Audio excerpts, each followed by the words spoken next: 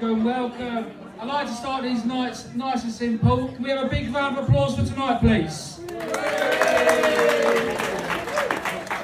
See, I'm not that funny, so I always try and get a good applause out the way nice and early. It's nice and fun, to be honest. So how's everyone's 2026 going? Are you having a good one so far? Shit one? How's it all going? Early days. I'll tell you what, it's not early days. What has happened right now in 2026 so far is mind-blowing, hasn't it? Trump's taken Greenland. We all know about Rene Good, don't we? In Minnesota, we all seen this? Yeah. We all seen this, haven't we? Rene Good, now Rene gone. You know, her pronouns were his, her. Apparently she was just taking her children to go see a local child centre there. Also, who owns the child centre next door? It's not Somalians, is it? It's not taken, is it? Good. Making sure, because it wasn't open yet, you know, but at least they stopped learning, right? So that's always one positivity, isn't it? And, you know, it was unfortunate for Rene Good, you know. She messed around and she found out. This could be, I'm going to gauge the level tonight to see how we do. I hear Castaway. Do you know the film by Tom Hanks? Yeah. Castaway? Yeah. They're doing a remake of it, and Rene Good's car airbag has got the role of Wilson. I love it. So let me quickly go around. Let me look at this absolute beautiful crowd. Does anybody out here have any goals for 2026? Let's come down here. Any goals? To lose weight before your daughter's wedding. Is that your daughter there? Sisters, mothers, daughter, friends, okay. So what's the bitchiest thing she's ever done to you? What's the bitchiest thing she's ever done to you then? That's the crowd I'm working with tonight, thank you ever so much. When you say lose weight, mine's actually to lose weight also. Because that wasn't laughing, you know, it's a sad story, isn't it, to be honest? Mine's to lose weight, you know, and I'm doing quite good. So I don't know if you know this in comedy anymore, you can't laugh at fat people. There you go! Yeah, it makes this job a lot harder. In fact, at universities, they've now got safe spaces for fat people. It's a pretty big space, I'll tell you that much. Always weirdly located next to the cafeteria. But if you are fat, all you've got to do is find a mate who's fatter than you and you're cushy. My boy Tim, he's bigger than me, he's a fireman, can't get up the ladder anymore, he's now been a bungalow specialist. But I will flex a little bit. In the last 6 months, I've lost over 40 kilograms. Yeah. Hard work, determination, and Mongiano. But have you seen how expensive Mongiano's got now? Extortionate. I've had to go back to cocaine. Yeah, it's absolutely ridiculous. But you know, when you are trying to lose weight, you become absolutely obsessed with it.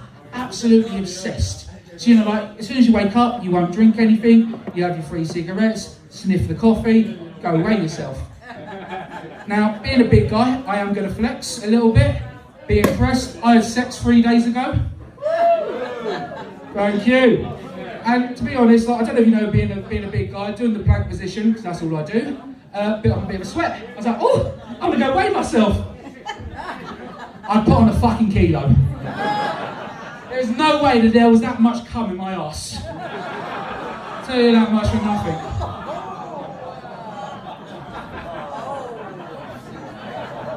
Okay, we're gauging the level a little bit. Does everyone know Rosie Jones? Just had a little hit of Ricky Gervais, didn't she? Saying you can't laugh at trans people anymore, you can't laugh at anything nowadays. To be fair, it was quite nice that her words finally did match her chin. Load of dribble. To be fair, I have always wondered what it would be like to get noshed off by a woman with cerebral palsy. It would be quite interesting. You couldn't take them on a date though, could you? Imagine going to a fast food restaurant and telling them to pick out what they want in the menu. It would absolutely bloody ages, wouldn't it? Right, so let me tell you how tonight's going to go. We have got 7, 8 absolutely amazing comedians. All of them competition winners, absolute worldwide. You are going to hear stuff tonight you might agree on, you might disagree on, but our policy at Sit Down Stand Up, funny is funny, everyone's up for game, and the main thing is to have a laugh. Do we all agree? Yeah! Okay, so, what I want now, for the first time, are we going to be a cheers team or an applause team? Who are we going to be? A cheers. We're going to be a boo team or cheers, yeah? Cheers, yeah? Okay, can we have this little test, okay? This side, can you give me a big old cheer, please? Okay. The far right side. That might be everyone here, sorry. Yay! Oh yeah, 3 cheers for Keir Starmer.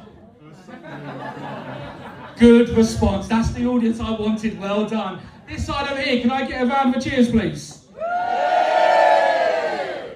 I'd say pretty poor. Less people here, but you did it. You smashed it. Right, please welcome to the stage the first act of the night, Danny Andrews. Come on, use louder than that. Come on.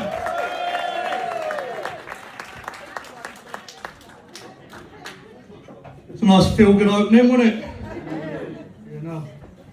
Danny Wren, ladies and gentlemen, let's get through him again. Finally, an answer to the question, what happens when Manjaro doesn't work? Nice.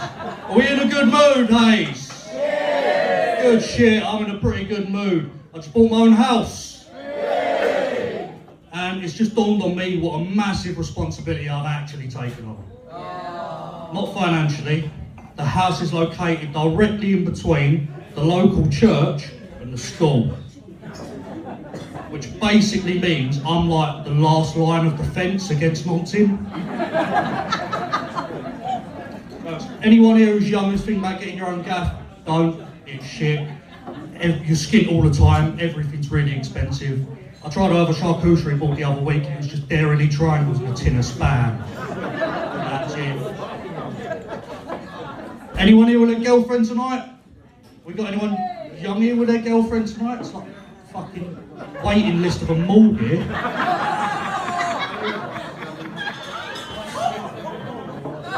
That's it, Dan, turn them against your early doors. Nice one, brother.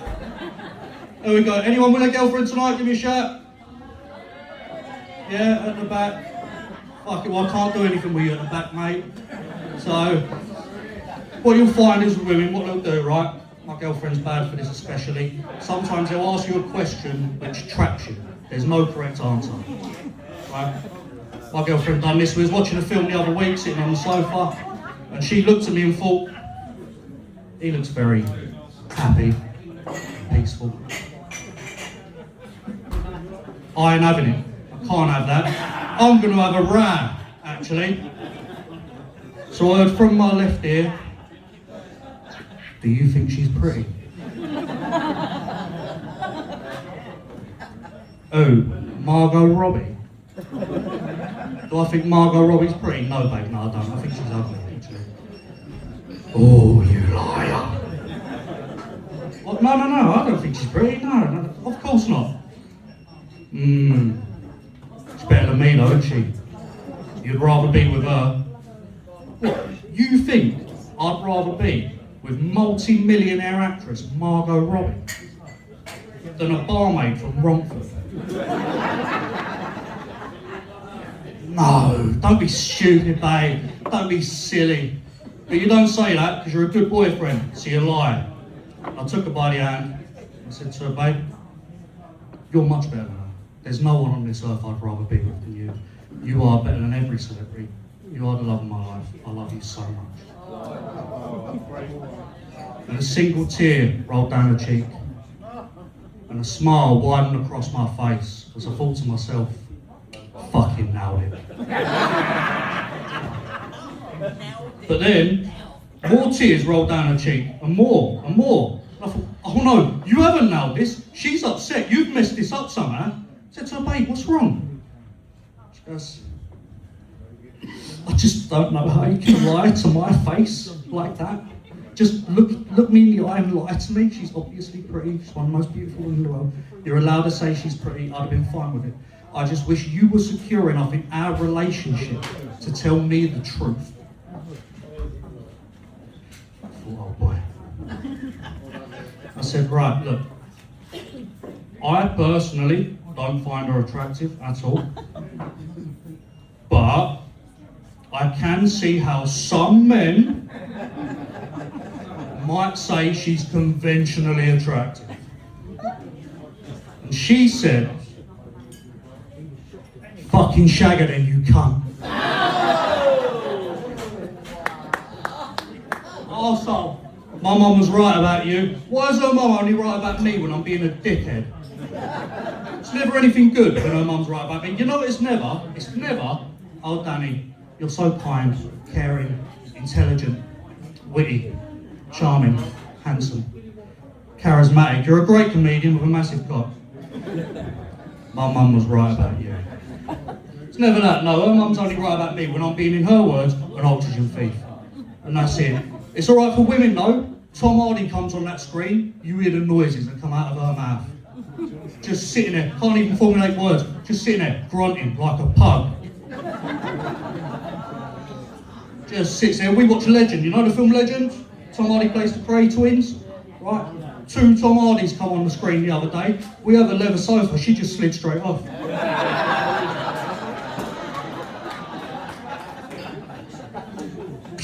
Just fucking like a torpedo, straight through. Just a girlfriend-shaped hole in my wall. Neighbour knocking on my front door like I've kicked a ball over his fence. Is this yours, Dan? Yeah, no, she's mine, yeah.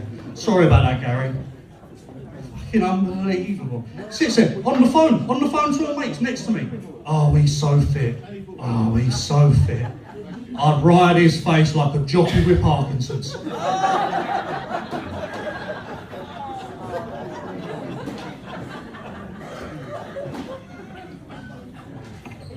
Double standards are everywhere, really. The bathroom conundrum's one less. Every geezer who's lived with a missus will tell you this. The bathroom thing, if I leave one thing out in our bathroom, right, World War III. But my bathroom, wall to wall of her shit that we just don't need. I say to her, babe, do we need this? She'll talk to me like I'm the biggest idiot. Of course we need this, Danny. It makes me smell like a coconut. What the fuck does that mean? Avocado face scrub. Sits there, smearing avocado on herself like she's a slice of toast. Fuck. Anti-aging creams. So many anti-aging creams. I say to her, babe, you're 23, you don't need anti-aging creams. Stop aging backwards. If you keep aging backwards, in a few years' time, I'm going to be a paedophile.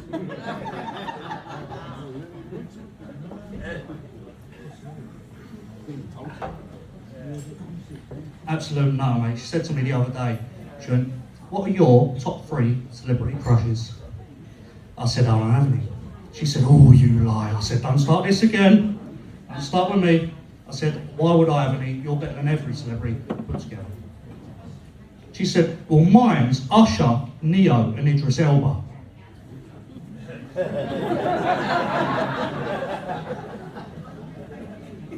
But I'm noticing a little bit of a pattern there, actually. So you've got a bit of a type, really. There's one massive difference between me and those men, if rumours be believed. I'd change everything about me to be with you. Everything. Can't change that. That can't change. A comedian these days, you can't do that. In the 80s, yeah, fly away, mate. Brilliant. You can't do that anymore. You'll get cancelled. No, you're not allowed. Not like the old days. My dad's generation, they loved it. He never stopped. My dad's done it every day. Puts on his makeup on with his mates, fake tanning up, goes out ginger bashing. All the boys. He loves it. He's done it every single day. My mum still don't know he's white.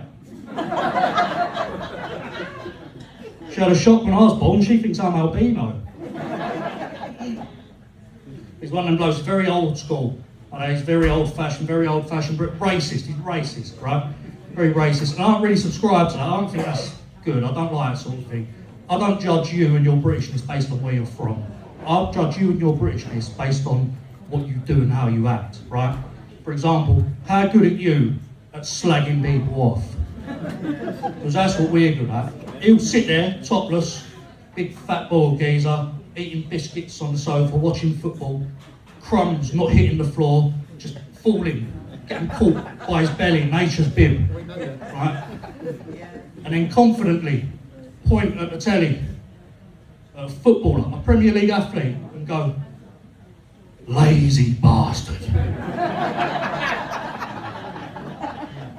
And then ask me to pass him the phone at the end of the sofa that he can't reach, to phone my mum up and ask her to make him a cup of tea in the room next door.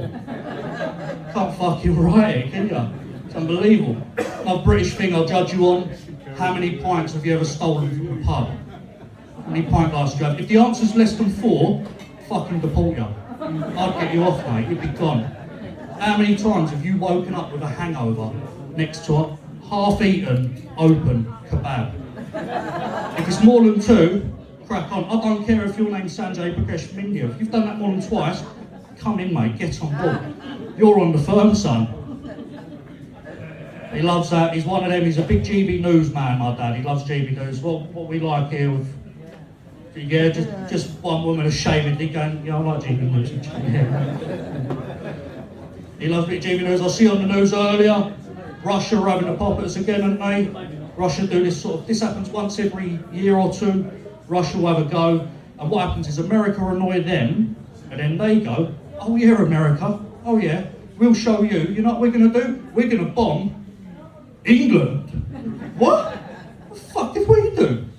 It's a bit like, do you remember when you were little? You'd be upstairs on your PlayStation, your parents would have an argument, and then out of nowhere, you'll hear your name get slagged off. That's what it's like.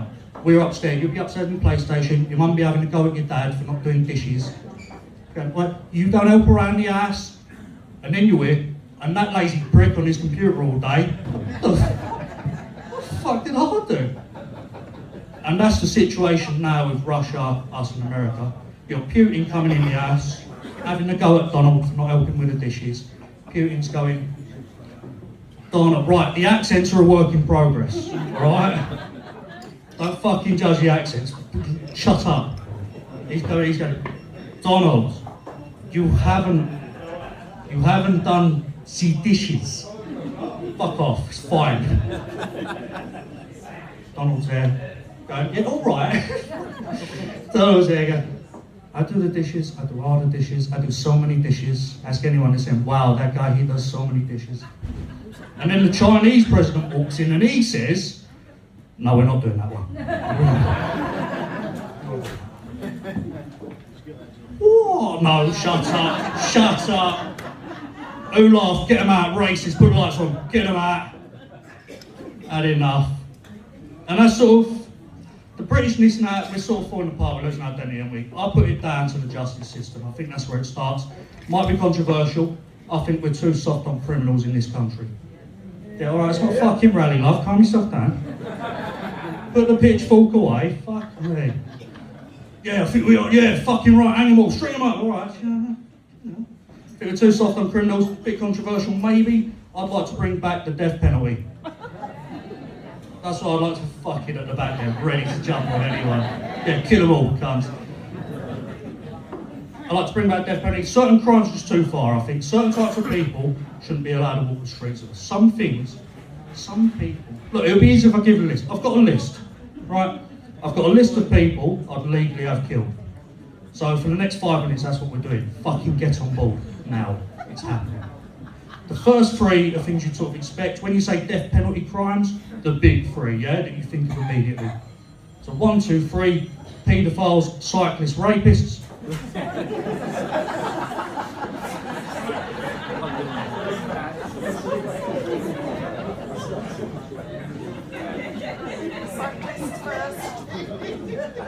In that order. 4 is murderers, seems fairly obvious murderers, a little bit of context needed though. So if you kill innocent people or children, yeah, obviously we'll send you off. But if you kill someone who, like, contextually, in the right circumstances, deserves it, like say you kill someone who, I don't know, drives a Tesla, maybe we'll let you off with a pat on the back and a handshake. 5 magicians, just a bit annoying, aren't they? Just a bit annoying, they can go. 6 is babies with adult names. Don't like this one winds me up a bit. My mate had a kid recently, I went round to see him, I was doing all normal small talk. Oh, he's gorgeous, what's his name? Mate looked me dead in the eye and went, Barry.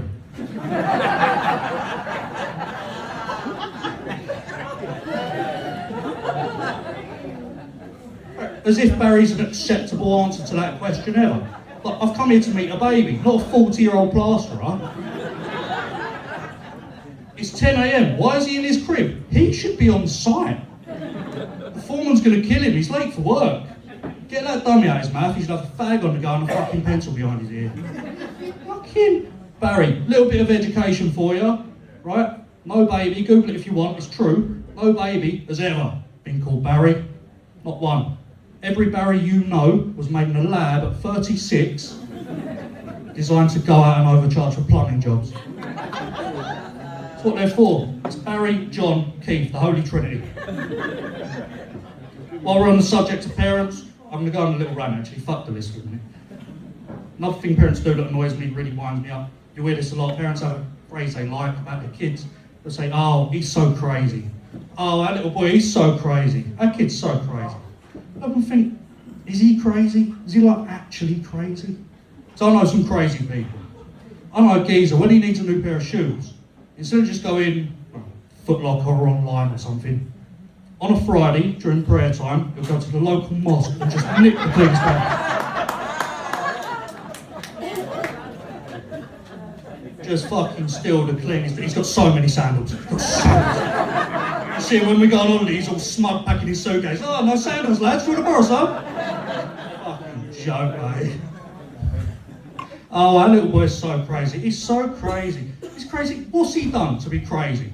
What's he done? What, does he hear voices? Has he killed a man? Is he planning to blow up Parliament? What's your boy done to be crazy? What's your little kid done to be crazy? What's he done? Oh, alright.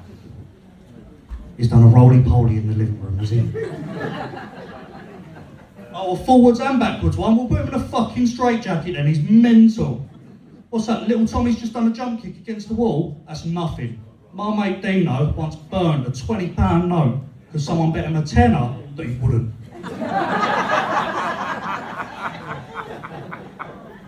That's fucking crazy. Number 7, Stephen Mulhern. And he's a magician, so we can fuck him off twice. And number 8 is comedians who just sort of finish their set really randomly, like there's no clever writing, it doesn't really circle back to anything, there's no callbacks, it's really sort of lazy, it just sort of really lazily finishes. And then can't put a fucking mic in the stand to fuck the joke up. Ladies and gentlemen, you've been genuinely so lucky to see me tonight. It's been a fucking masterclass. See you later. Danny Andrews, everyone. Alright, we're literally going to roll straight on to the second one.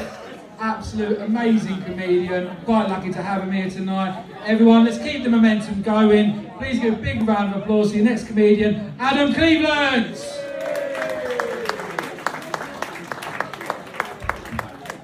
Alright guys. Yeah, you lot, nice to be here. I'm Adam. You might be able to tell, I went to a special school. It's pretty good. Don't worry, I don't bite anymore. Special school is good, you get picked up in a van. There's a cage so you can't get at the driver. It's a fun time, we're a fun bunch. Being special, you get called a lot of names. I got called the R word a lot when I was younger. And I don't say the R word just because it upsets the other dribblers. It's alright, it's alright. The reason I went to special school is because I can't read, I'm illiterate. I know that's rare, you don't see that much that nowadays. It's not all bad, it's not all bad not being able to read. Like I went for a glasses appointment to check my eyes out, and the lady said, in a few years you're going to need reading glasses. And I was like, no, I'm not. No, I'm not. It's not all bad. Although there are problems. Like a few years ago, I got broken up with. The motherfucker, she broke up with me via text. Do you know how bad it is that your mum to read your breakup text out? It's a fucking nightmare. It's alright, it's alright. It's alright, when I met my current girlfriend, she asked me what my favourite book was. I was like, fuck, first hurdle. So it's a book about his caterpillar. Don't know if you've read it. I would call him a foodie, I guess. No, it's alright being special. A lot of people think I have autism. I don't have autism. I have been tested for it 5 times. It's very upsetting when you find out you're not autistic, just unlikable.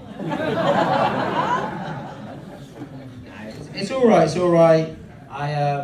It's alright. My friend was like, no, you are autistic, you are autistic. You don't make eye contact. And guys, the reason I don't make eye contact is not because I'm autistic. I just don't want you lot falling in love with me. My friend, he wouldn't have it, he wouldn't have it. He was like, no, you are autistic. You like trains. And I don't. He was like, planes. And I was like, dude, fuck off. And he was like, boats, and I do fucking love boats. He didn't catch me on the whole boat thing. Boats? Love boats. Some people in there are like, stop the boats, stop the boats.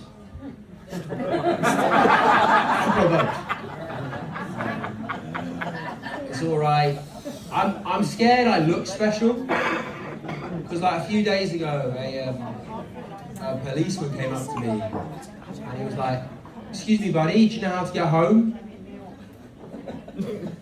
I was like, yes, thank you officer. And he was like, do you know where you are now? And I was like, yes, thank you officer. And he was like, do you want to stroke my horse? And I was like, yes, thank you officer. No, the worst time that ever happened when someone knew I was special is because I got on a plane and the flight attendant came up to me and she said, when we get in the air, you can come and meet the captain. And I was like, for why? And she was like, you're allowed. And like, that's a real game time situation. Do I go meet the captain? I met the captain. I got to sit at the front of the plane. Pretty good. Turns out I like planes as well. You know, it's a fun time. No, I do like boats. When I'm not here, I'm a lake manager. And if you don't know what that is, it's like a puddle but bigger. I'm a good manager, all my ducks in a row. Technically it's not a lake, it's a pond. But saying you manage a pond is demeaning. My friend said it must be so nice not working for the man. And I was like, I'm charging people to get into a pond. I'm working for Big Pond, you know? This is lake stage capitalism. I teach paddleboarding at my lake. I mainly teach the kids.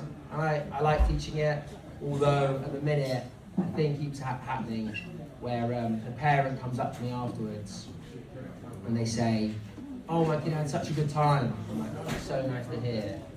And they'll cover their child's ears and go, yeah, it's really good because they're being bullied at school.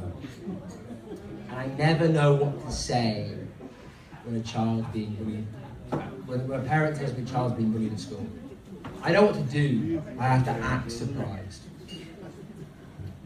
Because I know he's being bullied at school. I've just spent the last hour with him. He sucks. You've raised a loser, I'm so sorry. So sorry to that. For the first half an hour of the session, I had to stop all the other kids from bullying him. For the second half an hour, I stopped myself from joining in, you know? No, I do like my lake. I met my girlfriend at my lake. My girlfriend's lovely. She asked me the other day what I was into sexually. And I was like, sexually, I want to be involved. You know? Just part of the team, you know, one of the boys. I'm glad I've got a girlfriend because I've never been very good with girls. The first girl I ever went out with, she came out to me as asexual. And I didn't know what that was, so I was like, fuck, she's pregnant. Turns out the opposite. Turns out asexual just means they're not into sex, which is bad. Don't worry, we can talk about them, they don't go out. But she was a nice person. She made me a book of nudes, a book of naked pictures. I don't know if you've ever seen naked pictures taken by an asexual. It's just all the wrong bits. It's just like a lot of ribs. I was scared when we broke up that that's what I was going to be into. Like, the next girl I see, I'll be like, baby girl, how many ribs you got? It's all right. It's all right. As I was saying about my lake, I do like my lake. Although there's a lot of bad things happen there. Like the other day, a swimmer came up to me. It's mainly a swimming lake. A swimmer comes up to me and she says, Adam, there's a man in the bushes. And I was like, oh no, is he stuck? She was like, no, he's wanking. And I've never dealt with a wanking man before. It's really good to see you again, sir. And I had to paddleboard towards him. Paddleboarding towards sexual assault, weird feeling. But I got there, and we made eye contact, and we kissed. No, we didn't kiss. I wouldn't kiss and tell. But I was like, excuse me, sir, there's no wanking allowed in this lake. And he's like, oh my God, I'm so embarrassed. I thought it was a pond. I do like my lake. I was saying about my girlfriend. I love my girlfriend a lot. She asked me the other day if I could stop calling her my girlfriend and start calling her my partner. And I would, but I've just kind of always imagined my partner different to her. I've always imagined my partner to be a monkey who I solve crimes with. I love my girlfriend. She's lovely. She did ask if, she said, am I the girl of your dreams? And I was like, yeah, but in my dreams you have the tail of a beaver and the wings of a dragonfly. She's lovely. She said, her friends suck. Her friends are terrible. One of them said to me the other day, she said, was it love at first sight? And I was like, not first, but like fifth. Fifth's pretty good for love, though. Fifth time you've seen someone? My girlfriend was upset as well because we fucked at third. My girlfriend said to me, she said, you need to ask more questions. And I was like, okay, if you could have a tail, what kind of tail would you have? And she's like, that's not the kind of questions I wanted. And I was like, wrong, the answer's beaver. I'm a bit of a dumb man. It's alright being dumb though, I've been trying to get smarter. And it's been sending me down these rabbit holes. Turns out the rabbits hate that. They don't want you down there. Get out. But I'm a dumb man. But it's all right being dumb, get a dumb job, meet a dumb girl, fall in dumb love, have some dumb kids, buy a dumb house. One of those dumb kids falls down the stairs. Dumb.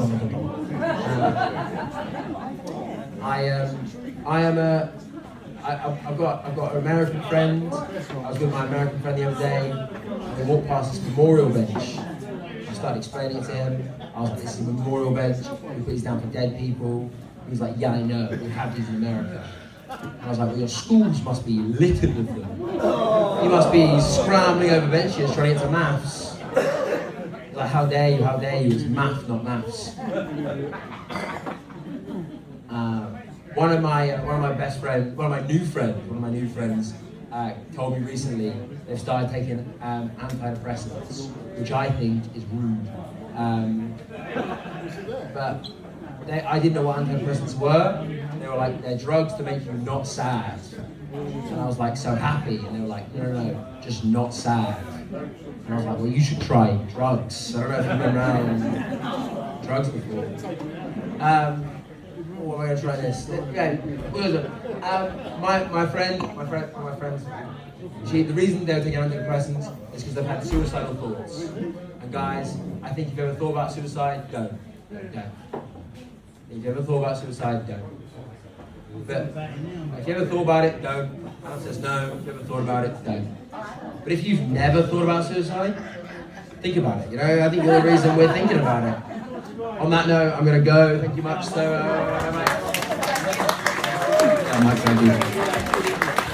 Adam Cleveland, everyone.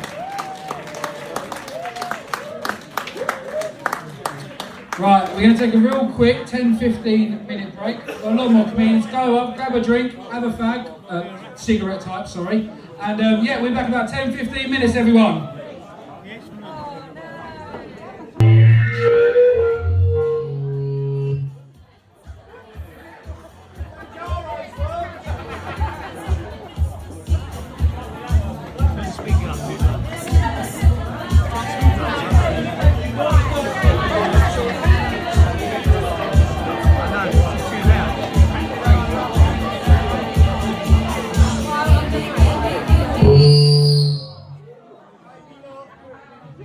Oh, God. Woo. Hello. Is it me you're looking for? I can see it in your eyes. I can't do that song. Don't give up the comedy either. Fucking hell. No, give that up. Give it, I'm done now, yeah? I'll keep going. Okay, thank you. How's it going, everyone? Welcome back. Okay, we'll continue. So where was I in my autobiography, my story? I know you was also engaged in it. You all loved it. Dieting, that was it. How I look like a skinny, sexy queen now. So, gyms, everybody. Anyone part of a gym? Vending machines, best one, isn't it, mate, to be honest? You know, I'm part of a gym, and you know, it's quite hard. I'm the only guy who goes to the gym who still has takeaway stains and cum stains on his top, right, you know, absolutely fine. And I'll tell you what, I absolutely hate the layup of the gyms. Because, you know, I'm always the one, you know, doing that one, that one. And, you know, what people wear at the gyms now is so provocative. It's so provocative. You've got, you know, in front of it, all the treadmills, everyone jogging up and down, tits going up in the air, the arse wiggling. I'm part of an all-men's gym. Shouldn't be happening, you know. And also, girls, ladies out here, all the Gymshark people, I need to throw this out there. Why is it now fashionable to show labia? When did that become popular? Honestly, it's ridiculous. But I did another thing, I did say for charity 2 weeks ago, which I'm quite proud of. Has anyone heard of the Dover swim? Anyone heard of it, yeah? Yeah, you go out, you swim out, and you touch the local boy and you come back. That's the thing on the there, not the boy you're thinking of, mate. And yeah, we had a world record this year. It was absolutely fantastic. 312 of us swam out and 730 swam back in. Absolute brilliant. Right, everyone, are we ready for our next act of the night? Come on, go, let's get a bit more spunk in here, let's get a bit more fucking energy, come on. Are we ready for our next act of the night? Yay! Welcome to the stage, the fantastic competition winner, absolutely smashing the circuit, one of my good friends, Bobby Jethro. Hey!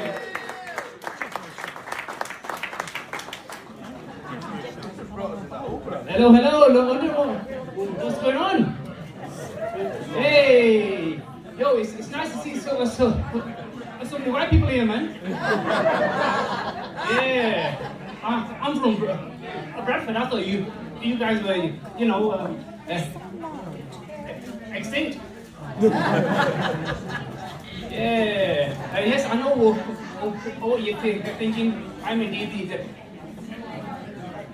the diversity quota for tonight. Okay, cool.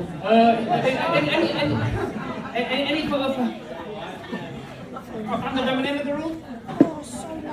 Yeah, like, you know, I'm a huge Eminem fan. Like, you know, like, oh yeah, I remember the song "Stand." Yeah.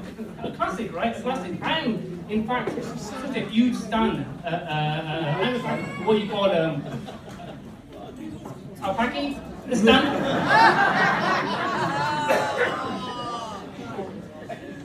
Yeah, man. Anyway, it's nice to be the only Muslim in here tonight.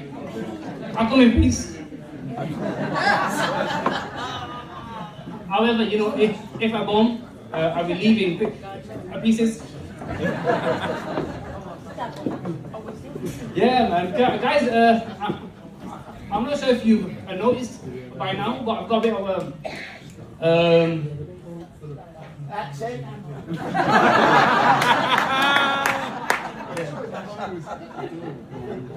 a beard,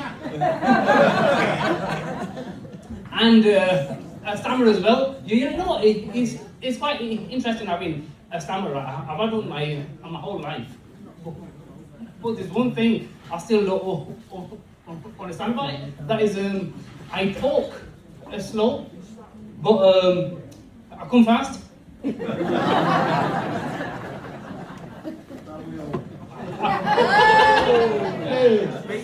Yeah, exactly, right. It's got, I mean, you know what? I'm actually looking for a girl, like, who also has a beard. Yeah, I'm from Bradford, you'd be surprised. And a stammer as well, so we can relate. But I think the sort of only issue we might have is that we can't necessarily have a safe word.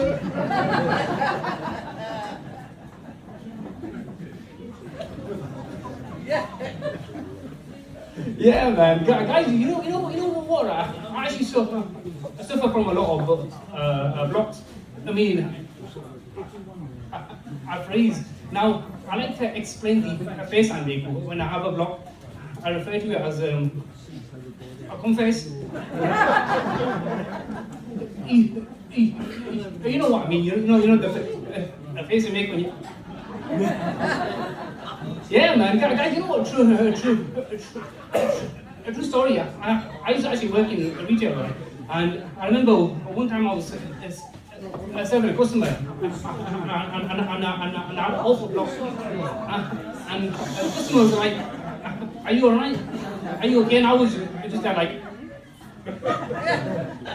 yeah, man. It was a week I could explain, and my manager tried to go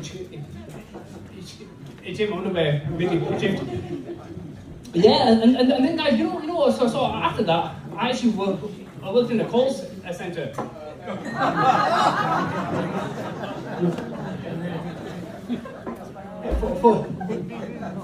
Fuck you guys. Yeah, man, guys, you know what? I was actually hired by the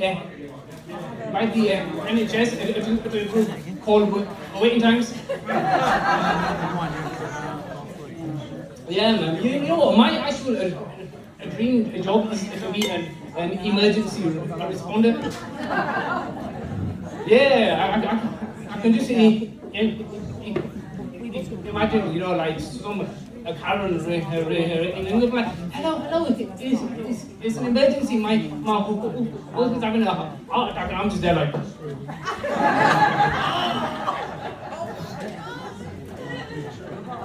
Yeah, and then she's like, never mind, he's already dead. Click.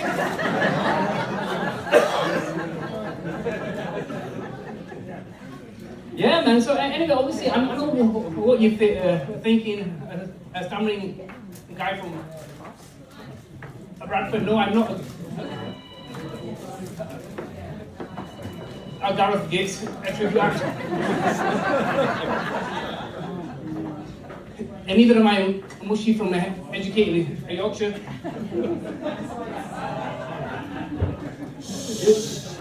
Yeah, guys, you know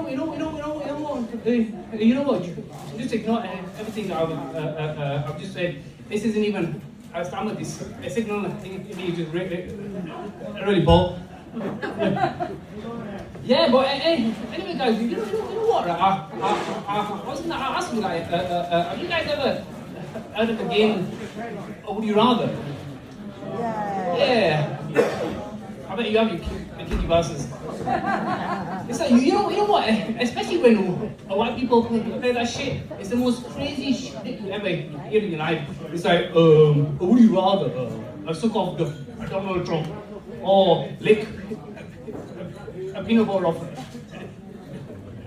a dog's buttocks? You know what I mean? It's like, it's the most crazy shit you could ever think of in your life. You know what I mean? Like, I sort of as Asians, right, we also have a version of that, as well. Yes, it's like, would you rather, I'll marry your cousin. or they live at home with friends for the rest of your life. It's a trick question, which is we do both. Yeah, man. Actually, you know what? Speaking of Trump, right? You know, like, have you guys ever used all this bullshit? You know, are they gonna release this? Sort of, Epstein files and all this shit. It's like, you know, I was most surprised, I found out that fucking Stephen Hawking was on, Epstein Island. It's like, why? It's like, who invites a guy like that to a freak off? You know what I mean? Like, what's he gonna do? Like, entertain the kids before they get adults? It's like, you know, I can just imagine a Trump trying to defend Stephen Hawking, as he does all this pedo minutes. He's like, okay, alright, okay. He's a great guy, wonderful guy, I love him. Alright. Yeah, I mean, it's like, you know what I mean? Yeah, man. I actually, you know what? Like, I feel like it's a part of a bigger conspiracy that they're all trying to cover up. That, for me, is the theory of everything.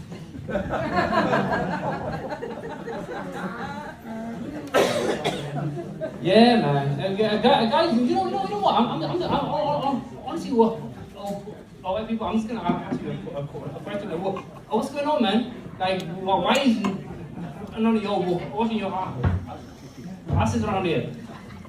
It's like, you know what I mean? It's like always like I sort of like, you know, as Asians, we obviously wash. I mean, like, you know what? Let me ask you a question. How many of you here have ever worked with an Asian, in the past at work or I don't count. I mean, but it's like you know, have you ever noticed that like random empty water bottle in the toilets? That's us, some of the fucker. That's us. You know what I mean? It's like you know what? It's like it's what I don't get. It's like everyone likes to brag about eating us, or nobody seems concerned with watching us. You know what I mean? It's like if you drove a muddy car through a field, you're not just gonna get dry tissue paper and spread it everywhere. You're gonna wash and dry. You know what I mean? Yeah, man. Like this isn't even a comedy now. This is an invention.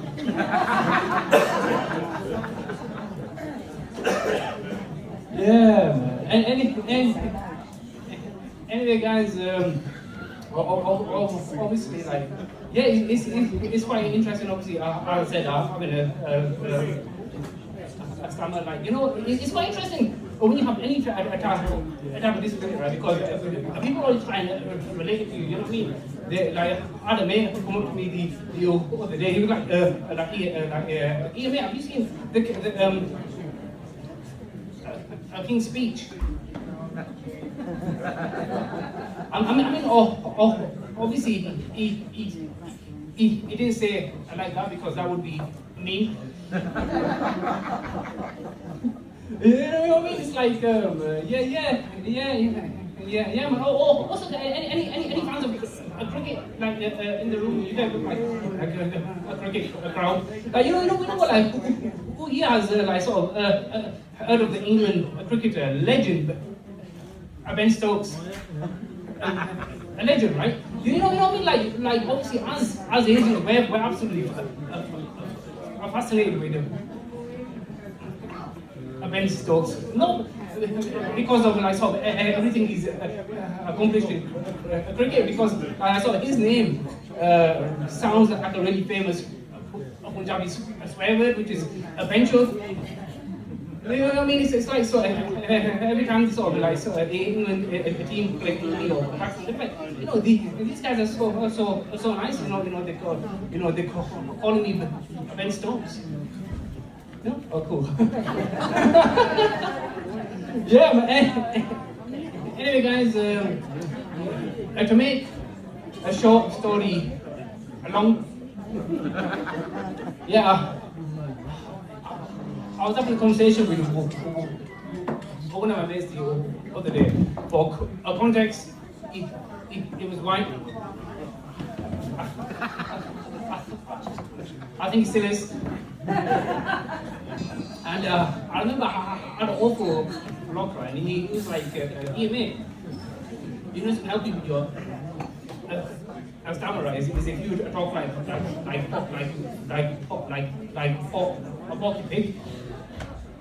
I was like, dude, you do realize I'm a Muslim, right?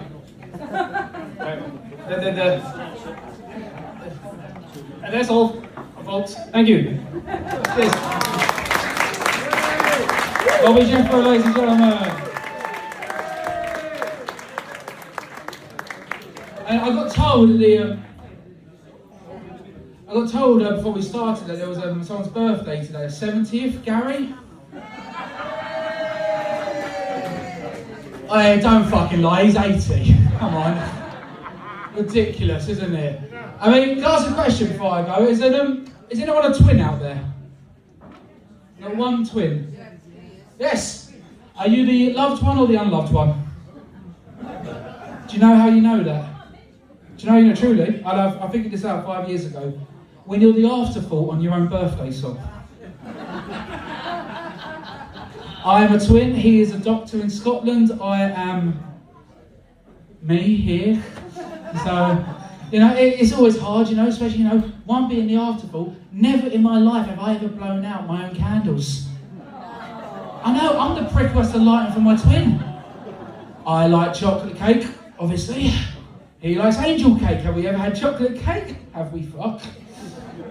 It's always hard, because it's always, don't compare yourself. He might be a doctor, he might be successful. Cheers, Nan. Didn't have to write in my birthday card every year, did she? But, doesn't matter, she's dead now, I won. And, we never got on, truly, we never got on, and she died of cervical cancer, unfortunately. No surprise, she was always a rotten cunt.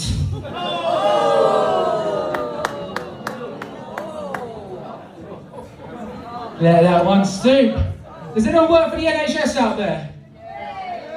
Yes, the unsold heroes run on goodwill. Can anyone remember, the glorious times back in COVID, what we had to do Thursday night, 7 o'clock on the dot, what do we have to do for the NHS?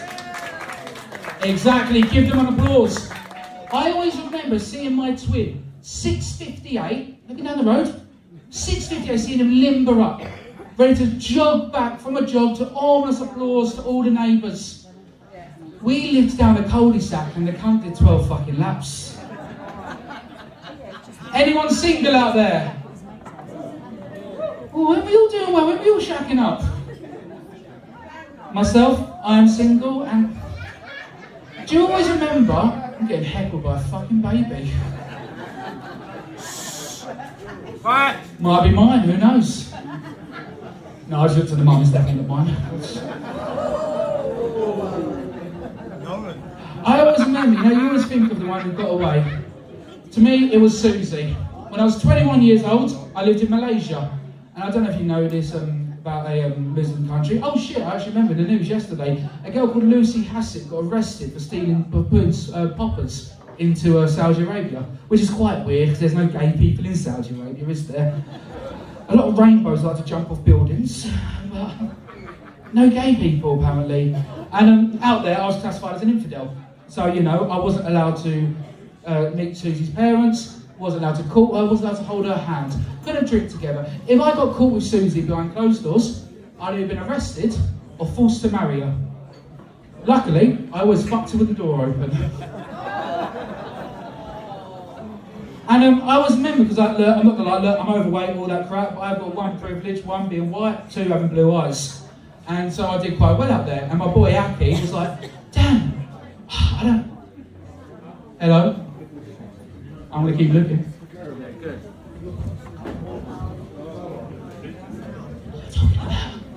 What are you talking about? That's a lovely twang you've got on you, girl. Where are you from? London. I fucking regret asking now, don't I? Anyways, my boy Aki was always like, Dad, I'm 44. All I want to do is get married, settle down, have kids. I was like, Aki, don't worry, mate. You're 44. Your wife's probably not even born yet. Right, are we ready for our next act? We are fucking privileged here today. Ladies and gentlemen, please welcome to the stage Callum Mcglover.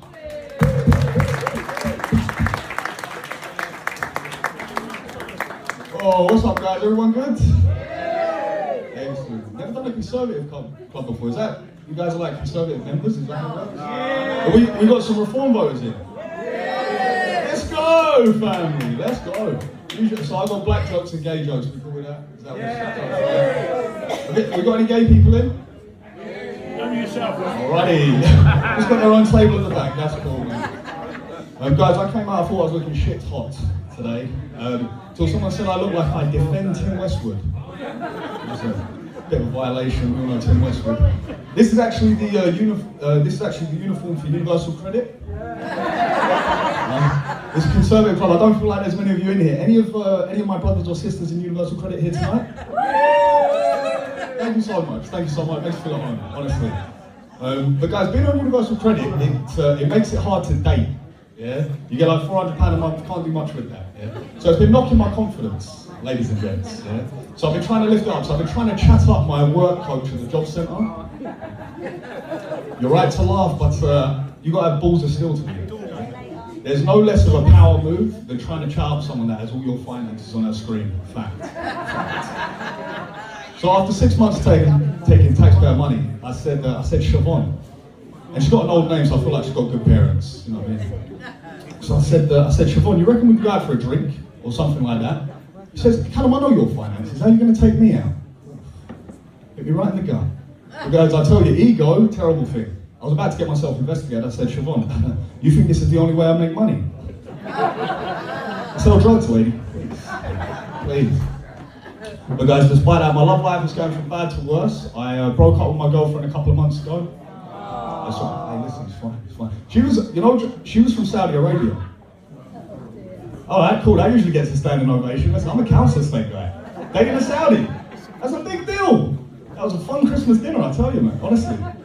But no joke, it wasn't going to work though, because she was the heiress to a billionaire fortune. No joke, yeah? And 2 out of 2 of my parents have neck tattoos. My star sign is Millwall, so it's one of them ones. But I went to her house and it was like little things like I was really showing my working class roots going to her house. As I say, she's the heiress to a billionaire fortune. And I go to her penthouse in Vauxhall, and I'm doing like, I'm geeking out a little bit, you know what I mean? I'm just like, wow, that's your own Netflix account. You know what I mean? It's not a vibe. It's not a vibe. But she wanted to do a foreign exchange thing. She wanted to come to my council estate in Brixton, yeah? But I felt like she wanted to like poverty porn it. You know what I mean? She wanted to like Louis Theroux it, you know, step into the unknown. You know what I mean? Like she come down and she saw like 2 black guys playing basketball. She's like, wow! I'm like, it happens, bitch. Chill out. Relax. Don't play basketball. Black people play basketball. But she wanted to come up into my flat, yeah. But my flat was a bit of a tip, so I had to think of something to say on the spot. She was like, "Can I come up?" I was like, "Come up, it's Japanese interior." And she said, "Oh, that's cool. I have to take my shoes off." I went, "No, my mattress is on the floor. That's how we do it." And she bought it. When she's checking out the flat's a shithole, yeah? So you know what the vibe was like? It was like, you know when Ofsted go to a shit school? It's like, she's waiting for the crime, you know what I mean? But what really done it for me, this is when I was like, this ain't gonna work between me and her. The culture clash is just too much, yeah? She goes down the stairwell, and this girl, she must see graffiti in the stairwell. She's looking at it like archaeologists look at cave paintings, you know what I mean? She's just like, wow, oh my god, oh my god. She's just running her fingers across it. It just said, suck your mum. It's like, man, it's terrible, it's terrible. But white people give me a shout. Why can't we just harness that energy into a movement? Oh, that's a disgusting word. They don't laugh about that in Central London, I'll tell you that. In Bermondsey, that kills. Bermondsey, bro, hey, listen, they're throwing chairs, do it in the basement, they think it's a rally, it is what it is. But guys, being on the open mic circuit in London, you see a lot of foreigners, see a lot of people from different countries, yeah? people from countries you didn't even think were funny, yeah? There's some countries out there that are like starved of laughter, you know what I mean? They're like war-torn, they're doing like gigs in like fucking Manchester United shirts, you know what I mean? It's like, oh, you know what I mean? But there's people from South Africa, yeah? I don't know if we got any South Africans in tonight? Not at the Consevative club. Okay, fair enough. I thought that would have been their spot of choice, but fair dues. But South Africans, I don't know if you know them, yeah? They're hardened people. You know what I mean? It's like, how are you going to make me laugh? You know what I mean? It's like, they're very strong. And so when they come up to do open mic, it's like they're bringing the troubles of Johannesburg on their back. You know what I mean? It's like everything's a threat. They're like, can you hear me at the back? Oh my God, fuck. They're holding the mic like a baton. It's like, fuck, you know. Honestly, you gotta watch them. They can't even be relatable. Like with me, I don't know about you guys. How would I be relatable with you guys? Like, remember when John Major got in? I don't know, maybe something like that. You guys are young actually. I'll be like, remember Tamagotchis? Okay, I won't explain that shit. Fair enough. Wow, I'm your side. But that's how I would relate. I'd be like, remember Tamagotchis? South Africans, well, again, they're so hard. They're just like, you know when you're a child and your parents go missing? It's like, wow, okay. South Africa is harsh. I don't want to go to that. I hear they're very strong. So guys, here comes the gay joke. I'm a bit, it's always good to announce the joke before it happens, but honestly, this joke does not vibe in central London, innit? So I have to come to like the outskirts, like these places. But someone just shush other people for my gig. Thank you so much. No, you're a kind sweetheart. You're getting a drink. Okay? Thank you. But guys, I'm actually worried about my nephew. He's a little bit zesty. Yeah, dances when there's no music, you know what I mean? That kind of thing. Speaks with a higher voice, he's now 8, you know what I mean? So, and I'm trying to be progressive, guys, yeah? I'm trying to do progressive stuff. I'm like telling my dad I love him. I mean, running for buses, I don't know how that's progressive, you know, it just feels wrong. But, so I'm pretty sure my nephew's gay, and so I pick him up from school the other day and it's face paint day. That's cool, whatever. But he's got the face paint of a snake, yeah? And that's fine, whatever, yeah? But he comes out and he goes, Uncle Callum, look, I'm a snake, I'm gonna wrap myself around you and squeeze you. I said, what? Fuck.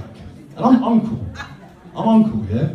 I'm partly to blame if he turns out gay, you know what I mean? I can't be comparing nails, shit like that. We live on Brixton Hill next to the prison. We don't live near theatres, yeah?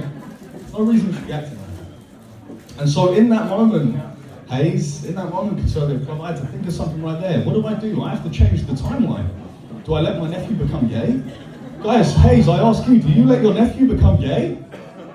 Try it. That's right, guys. So I had to say something that would break his heart in that moment. I had to think of something on the spot. I was under pressure. So I told him his mum died. It worked. I'll tell you that, it worked. He manned up straight away. But then he's crying, a lot of crying. And by the way, guys, I'm not proud of that, yeah? But it was back when I was bigoted, okay? It was back in December. So, I've done that, and now he's crying on the bus, and now I'm looking at him like, oh shit, now it's backfiring, now he's starting to cry. All my hard work being undone. And he says, what do you mean? She dropped me off this morning. Why aren't you upset? Because I'm over it. Come on, let's go. He manned up, I tell you that. Alright guys, I'll leave you on this last bit. It's half true. It's fairly true. Who's been robbed? Yeah. No one gets robbed in Hayes. No. a beacon of safety here, is it? Oh. Us in Brixton should really come to you guys, I tell you. Yeah, fair dues. Goodness me. But anyone been robbed? Yes. I'll tell you what, that's the right reaction. I've done it before. People are like, yeah! And it's like, that's how you get robbed. You know, it's that upbeat attitude, you know? I'd rob you for that, you know? But guys, worst place I ever been robbed is I got robbed in the Moscow metro in Russia. And I must have been sat on the underground and I FaceTimed my boy in English here. And these 4 slabbers, these 4 Russians, these hammerhead shark looking guys, yeah? They just come, they semi-circle round me, yeah?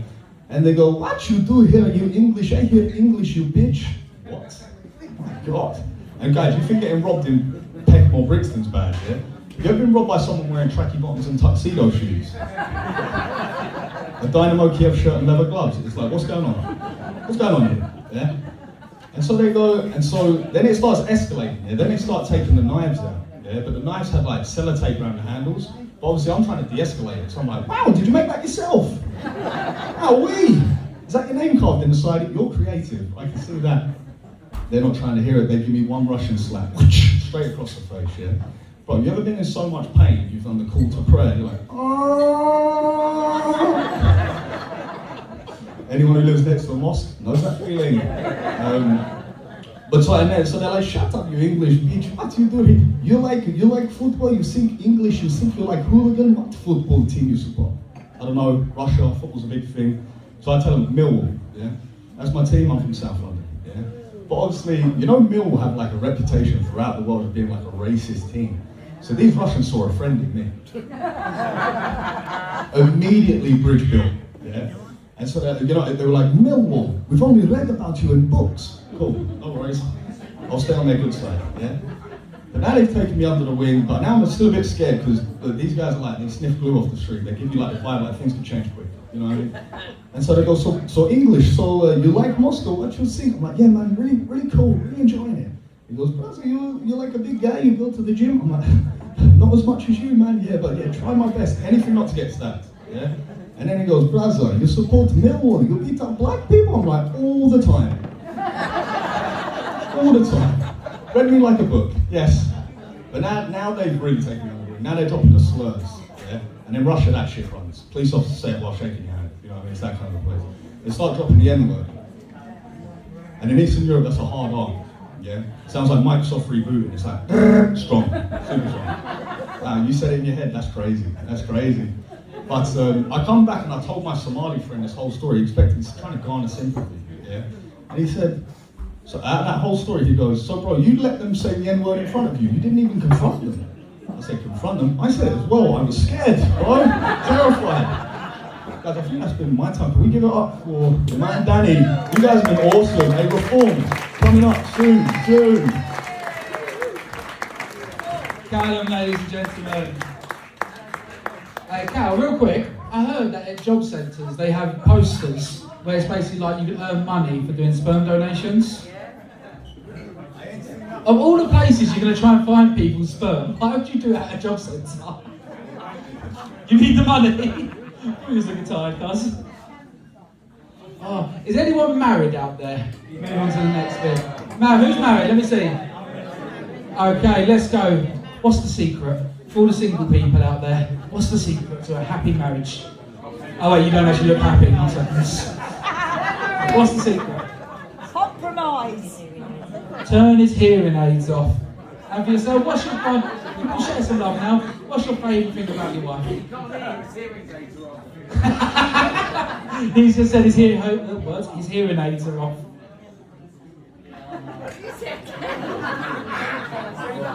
Yeah. When she's asleep, that's when the excitement happens, doesn't it? What about yourselves?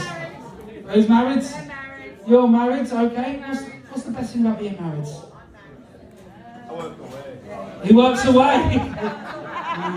So what's the favourite thing about having a toy boy? Oh! Yeah, he has now. Bloody hell. Sorted. Well, what's the best thing about being married? Not married. Not together. Not long enough. Not long enough. Only 28 years. Only 28 years? What's 30? Is it silver? No, we're not married. No, fuck me, fair enough. To be honest, Hayes, to be honest, I am fundamentally against marriage. I am fundamentally against marriage for one rule. When a couple get married, and you can confirm this, a woman's workload increases by 6 hours a week being married. And a man's decreases by an hour a week when you're married.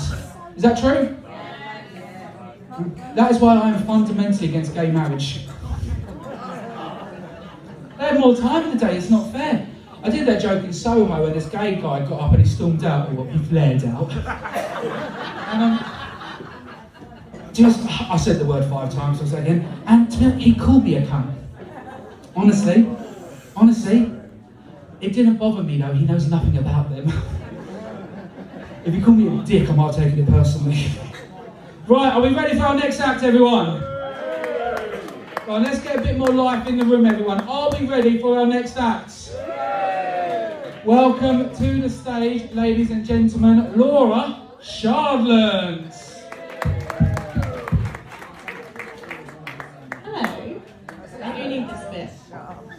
I get really properly started, there's something really important that I need you to know about me. Oh, this mic stand is stunning. I see why you were struggling now. Jesus Christ. There we go. I did it. Thank you. You can round of applause me if you want for putting the mic. Yes, very important thing about me. I have a degree. Thank you. I worked really very hard on it. I have a very useful, very prestigious degree in choreography and dance. Yes, it is a bit of a joke, really, isn't it? I should just go home now, that's it, that's the joke. I spent 30 grand, 3 years, countless tears, on a piece of paper that says I am exceptionally good at being a tree. This is obviously a wise-up willow. And there's a fun and flirty palm tree. But my personal favourite is the fuck you, I wanted a character role tree. I can't do that for very long, I get cramp in my hip now. I am in my 30s. Yes, it's so hard to tell, isn't it, everybody? Thank you. When I was expecting my second child, I went for my COVID vaccine. And as I was leaving, a really sweet old lady said to me, "Well done, you." Sorry, I'm making eyes at you and patronising you now. How does it feel? Well done, you. Was you a big, brave girl? Yeah. I realised in this moment I had some choices. I had a choice to make. I could mumble something and hot-tail it out of there, or I could be outraged. I am an adult! Not very convincingly. Or there is always room for extortion. I was really big and super free.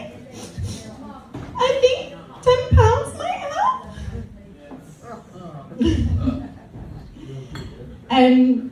But yes, my degree, super useful. I work in a wage job now. Yeah, that student loan is going to hang over my head forever. I did meet my husband whilst I was at university.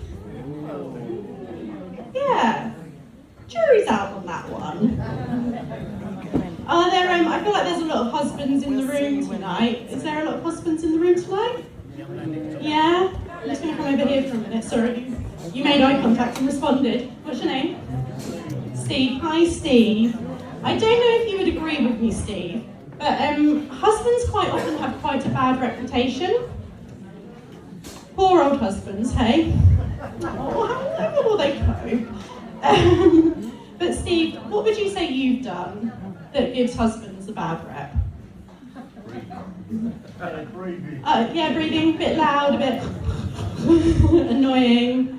Whilst, is this your lovely wife? What's your name?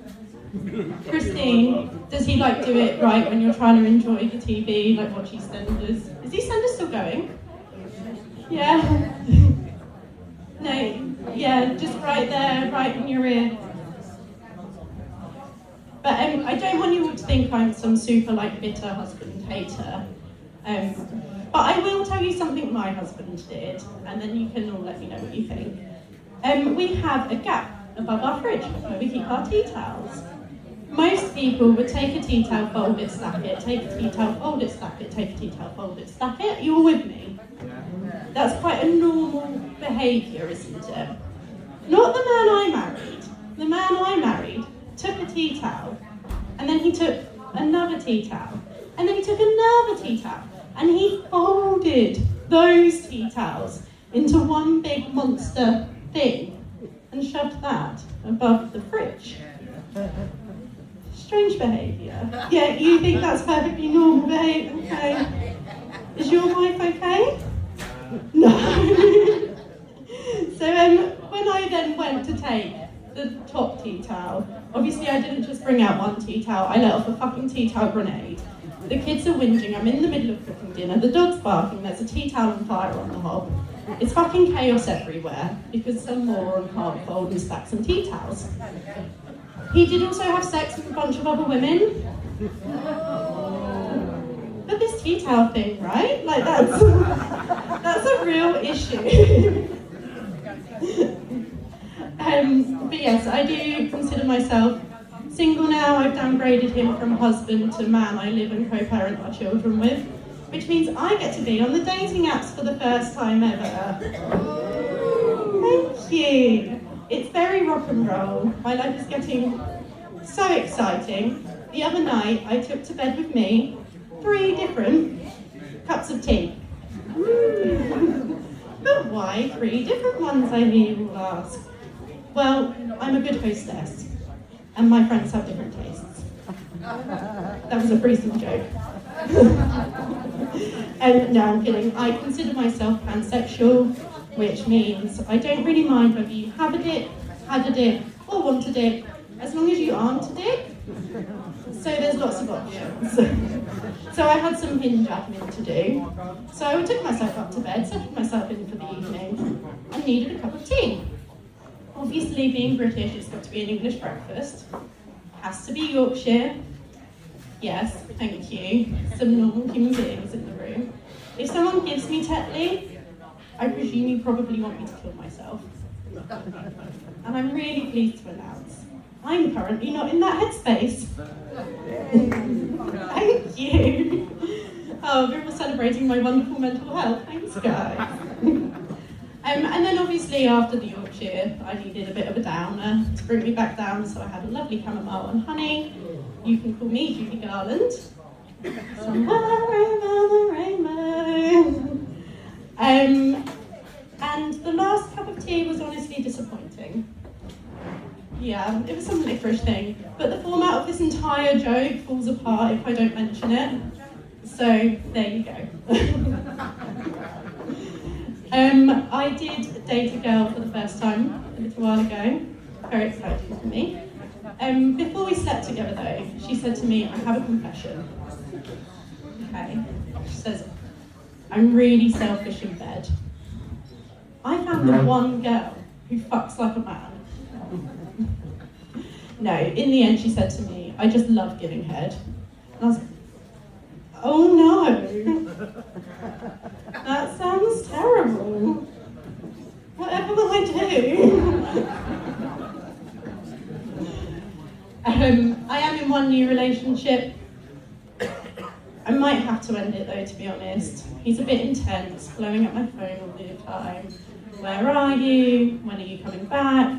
Have you forgotten about me? Don't forget about me. And when I really stop and think about it, I'm not that convinced I'm that attracted to the Duolingo owl. Although, and now hear me out, every now and then when I do really well on a lesson, he says very nice things to me, like, who gave you permission to be so perfect? Yeah, we all have our own childhood trauma and self-image issues, don't we? So, and when I do extra well on a lesson, they send me the buff out. Yeah. So sometimes I do think, okay, I could wank to that. Is anyone else just really fucking terrified of AI at the moment? No. Yeah? Oh yeah, a couple of people. I saw something the other day, they're now using AI models in fashion brands. So it's not just us sort of normal people who have to worry about AI going for our jobs now, they're also going for the ultra beautiful, ultra elite people too. But I have a plan. I always make sure to be very polite and say my pleases and thank yous to Alexa and Siri. So when they rise their army of rivers, I shall be dancing through life. Sorry, they said it was me and Danny have now been singing at you, haven't we? But yeah, the last bit I'll sort of leave you guys with is my kids. They've gotten into telling jokes recently. My husband was temporarily unemployed, so my eldest daughter said to him, knock knock, who's there? Daddy's job. Oh wait, he doesn't have one.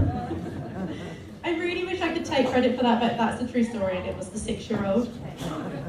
And my youngest daughter's joke was, why did the mummy cross the road? to see her kids. Yeah, really cute. Not very funny, but she's got time to work. I also throw that in so you all know that I'm a great mum. But I was intrigued, so I said, oh okay, well then why did the daddy cross the road? To poo on mummy. I looked that 4-year-old in the eye and I said, Felicity, we do not kink shame in this household. Thank you very much, I've been Laura, have a great night. Laura Shardland, ladies and gentlemen. Laura, you know your kids could have come in, you didn't have to keep them in the bedroom. Right everyone, we are going to take a quick break, 10 to 15 minutes, and I think, is it a raffle after that? Bingo? Something after a bit, but yeah, 10 to 15 minute break, people, have a drink, have a fag, and we'll be back shortly.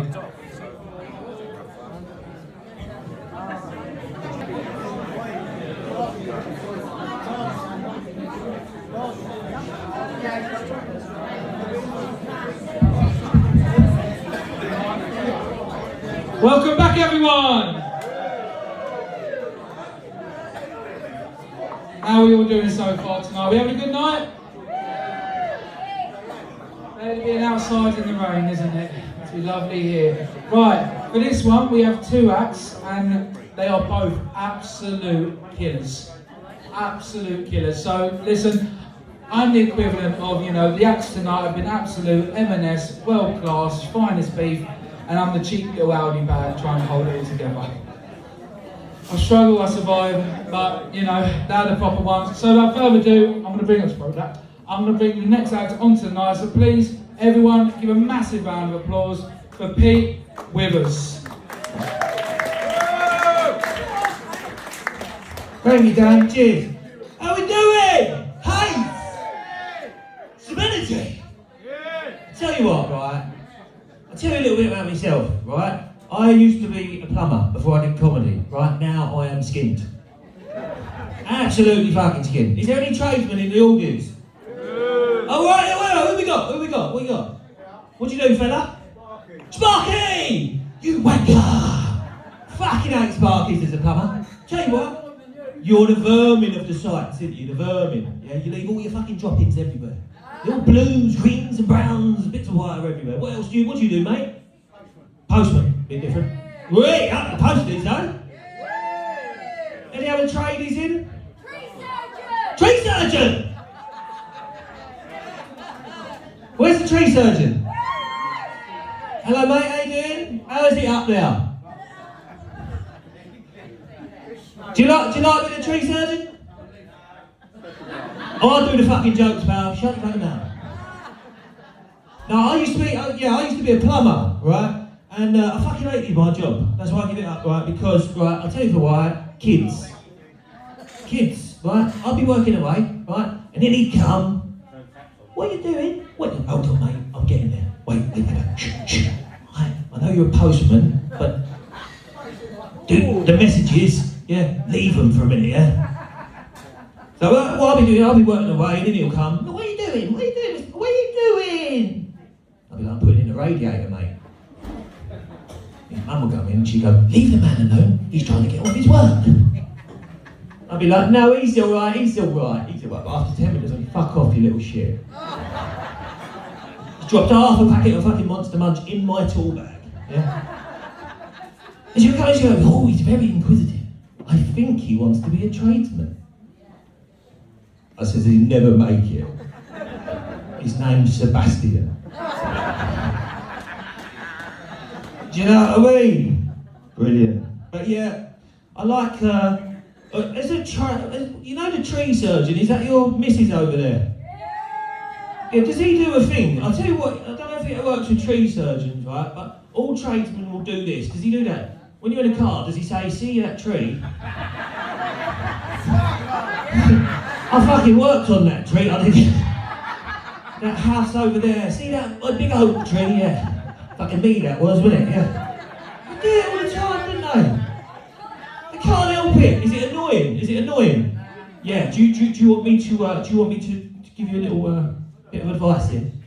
Yeah. What you do, right? The next tree you see, yeah, you say to him, see that tree over there? Me and my ex fucked under that tree. Nips it straight in the butt. Straight in the butt. Anyway, I'm from Epping.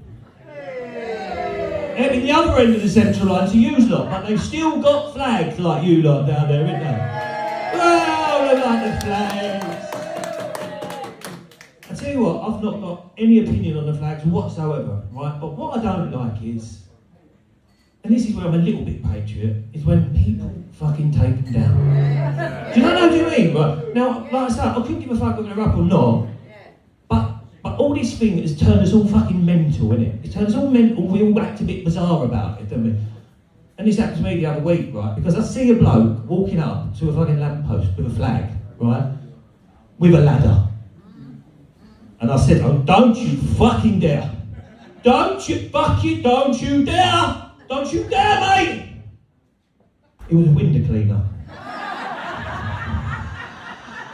I'll never see the fucking sponge. You know what I mean? Mental. Now, let me tell you a little bit. So I gig around Essex a bit. I like. Anyone know Essex? Yeah. Where do you know in Essex, mate? Oh, Billericay. Where do you know it?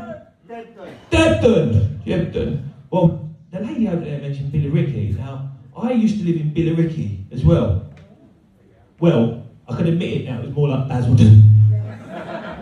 Do you know what I mean? But the people where I lived in Basildon used to turn around and say they lived in Billericay. They didn't want to admit they lived in a shithole. No, that's what happens. Even the dog school where I lived called itself Billericay Dog School, right? I thought, that's a lie. That's Basildon Dog School. Big giveaway, all pits and staffs. Do you know what I mean? But we upgraded ourselves a bit, didn't we? I've got a mate who lives in Harlow. He's upgraded himself. He don't want to associate himself with Essex. He's gone to fucking Hertfordshire. I've got another mate who lives in Islington. I live in Islington, he says. He's doing 10 in Pentonville.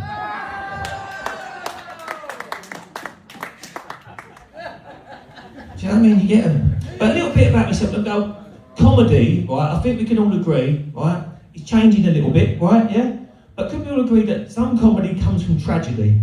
Yeah. Doesn't it? Now, if we can put a spin on it and bring a positive from a tragic or negative situation and bring it to a positive, would we agree that's good? It's a positive thing, right? Let me tell you a little bit about myself, about my childhood, right? Wait. Save that R, right? Now, my mum and dad was both blind. Don't laugh at that, that's not the funny bit, right? And what I would say is, we've heard of this, like, product of our environment. We heard that term before, yeah? Now, I was a product of my environment, and what I mean by that is, if you'd have seen me in a playground as a child, you'd have said, fuck me, I bet that kid's got 2 blind parents. For the simple reason, yeah, my mum could not read washing instructions.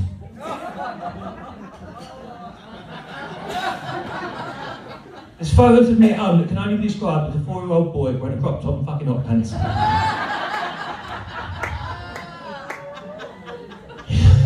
Did anyone's mum cut their hair? Yes. Yeah, my blind mum cut my fucking hair, mate. Always knew when I was getting my hair cut, there'd be a first aid kit on the side. Now, I guarantee you after this, right, because 2 blind parents, like 1, maybe 2, people always question it, right? Always, somebody come up to me after and go, was your mum and dad really blind? I go, yeah, well, I ain't making it up just to try and make you fucking laugh, do you know what I mean? I've got a mate, right, he's a Muslim, he does a bit in the city, he's a comedian, he does a bit in the city about being a suicide bomber. Guess what? Nobody ever asked him if he really was a suicide bomber. Why the fuck me?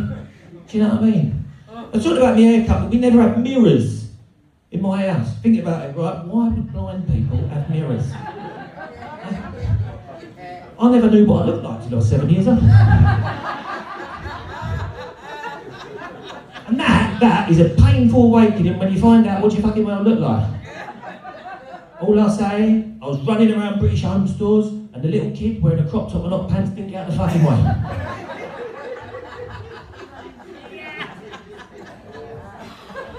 My girlfriend turned round to me the other day, like when I was with her, I'll get onto that. She turned round to me and she said, you know what, you look like your dad. And I thought, thanks. No, I thought thanks, because he was a very handsome man, right? She went, no, I mean, look, I told you the can opens in the fucking drawer 5 fucking times. I'm not with her anymore. Oh, it ain't fucking funny. Funny about that. This is tragic to me. Last year, we split up. Why is that funny? Mental over here, isn't she? No, the thing is, right, she was considerably younger than me, right? I'm 46, she's 29. Yeah, you know what I mean? Hey, yeah. Oi. You talking about me dad? Was that? Don't poke the bear, right?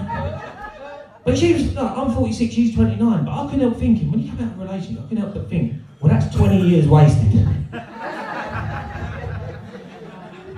Them lot can't do maths. I'm not really a nonce, I was married before. I met her, I've got kids, and you ladies, right, you're all the same, aren't you? That's whatever age you are, you're all quite the same. Yeah. But you are.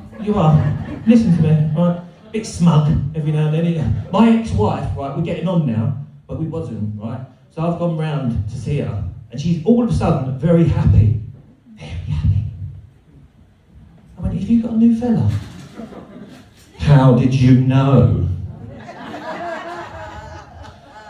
I said, well, you fucking eased up on me a bit, do you know what I mean?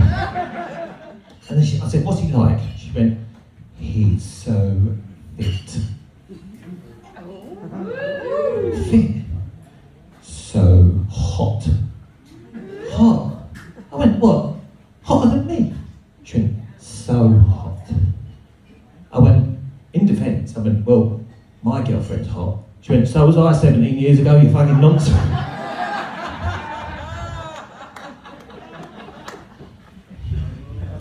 I was talking about me mum and dad before. My dad, right, unfortunately, he's no longer with us. I lost him 26 years ago in a maze. It's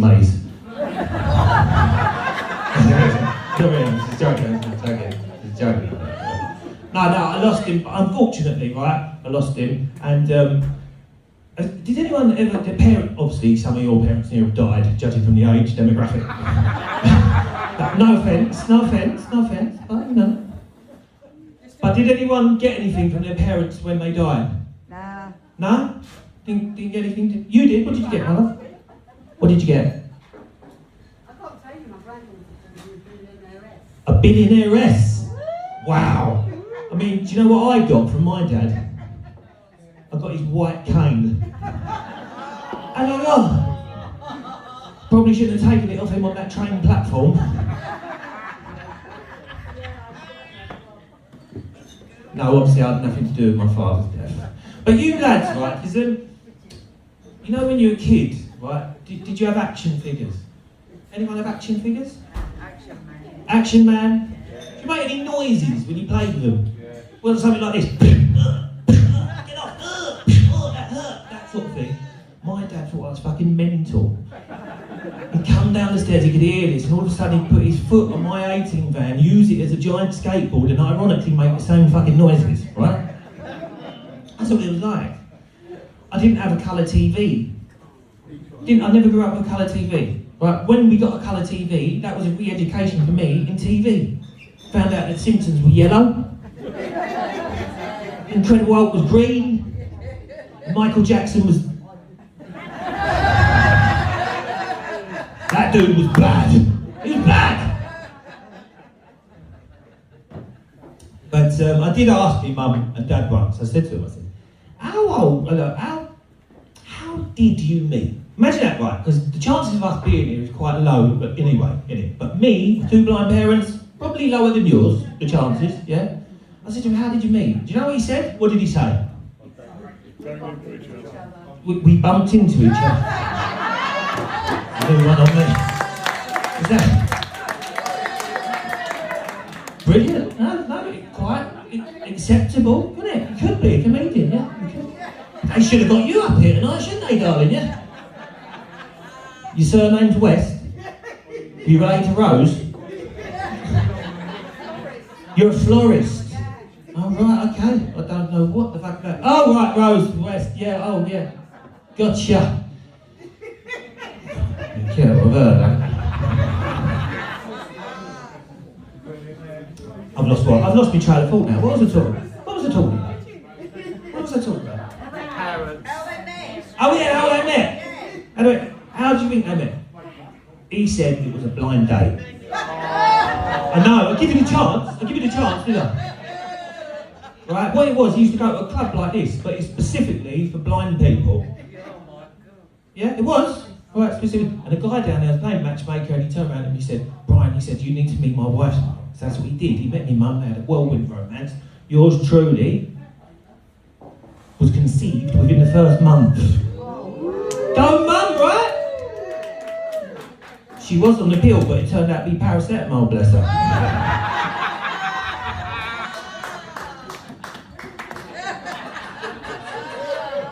Bet they didn't see that coming.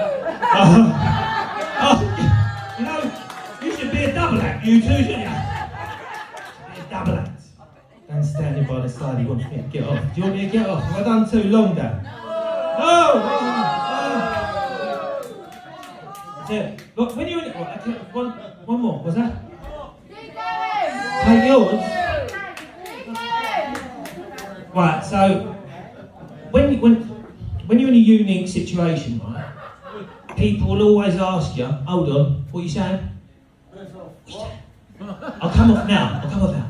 In a minute, right? When you're in a unique situation, right, people will always ask you the same questions, right? They'll say, oh, I better get up some mischief. Somebody might refer to it as theft.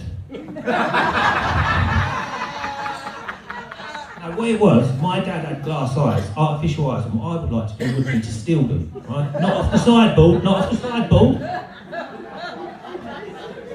I'd pop him out his head while he was asleep. He'd be chasing me around the house. In a blind rage, right? And what he would do, he would go down to the fuse board and he would level up the playing field and he'd plunge the fucking house into darkness. Have you ever had a man wearing wire fronts with no eyes in his head chasing you? It's a hell of a fucking thing. One more thing, right? I say this because I'm being serious now. The one thing in my life was I wanted my dad to be able to see me. Alright, yeah? Now, I've got a lot of mates whose dad didn't see them, but that was an entirely different context. They was all in Pentonville, right? But the one thing I wanted was him to see me, right? And I wrote a letter, and I read this letter to my dad. I said, I want to send this in. He went, you're not sending that, because it started off like this. Dear Jim, could you make it possible for my dad just to be able to see me for one day? Can you imagine if Jim got that fucking letter? Blind parents. Fucking jackpot. Send him in!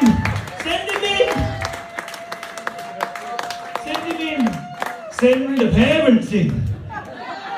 And there'd be me and Jim. And my mum would turn around to my dad and say, did you let him bring his action figures? Well, ladies and gentlemen, lovely, I've been Pete Williams, thank you very much.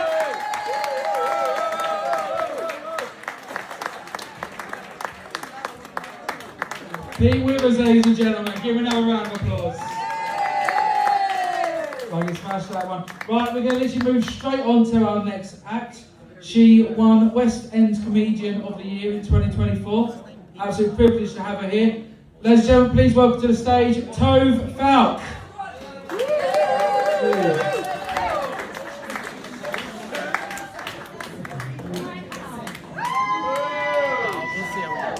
Thank you. Oh, wow. Hi. It was good, wasn't it? Yeah. Sorry, I'm on now. No pressure at all. We all good? You okay? Yeah. Sound like it. I don't know. Are you here expecting comedy? Because I Right, well, some of you look like you're expecting a talk about pensions. That's just their age.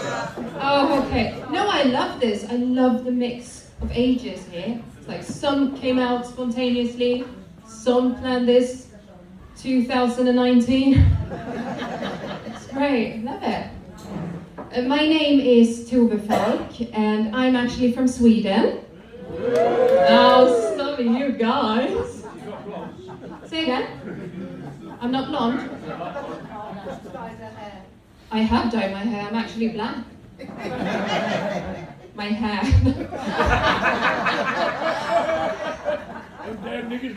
Don't worry, I have not come here to steal your jobs, okay? Why do you think I'm doing this? It was either this or prostitution. So I'm doing this part-time. Getting my earrings off now, it's getting violent. No, I've been here for 5 years.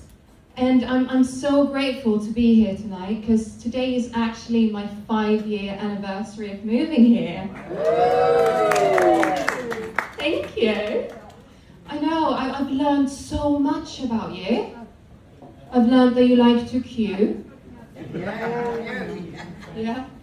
I haven't learned how to spell the fucking word. Where? It's true, isn't it? This word is supposed to be the easiest word to spell. It's the first fucking letter. Q. Sorry, very high pitched. But you couldn't have that, could you? You wanted 4 letters more. Not even pretending to help. Just standing silently behind. Guys, there is a Q for the Q. This is the most British thing I've ever seen. I'm not angry, just disappointed. No, but honestly, I love your language so much, and I hear new things all the time, and learning about it, and things I don't know. Actually, tonight, I was standing by the bar, right, trying to get a drink. Takes fucking ages. I'm sorry. But at least there was a queue. Right? They were standing there, right? And I started chatting to this guy. Yeah, I'm not gonna tell you because he's in here. Yeah. I thought he was going so well, you know, we were chatting, and I was like, ooh, this is nice. I might actually get some. Right? Yeah. Chatting away. Right. In here. Alright. I'm not, you know, fussy. I'm desperate. Anyway, so we were talking and I was like, okay, this is going well. Until he said, give me a tinkle on the blower.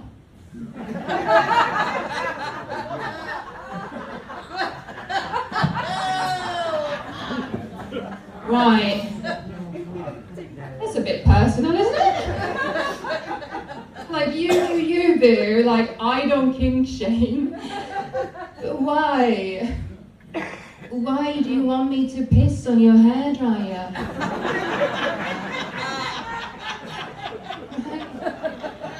So I was like, how is this gonna work? Do you have it with you? Here? Anyway, is it still working? You don't even need it. You just walk around with a hairdryer. Yeah.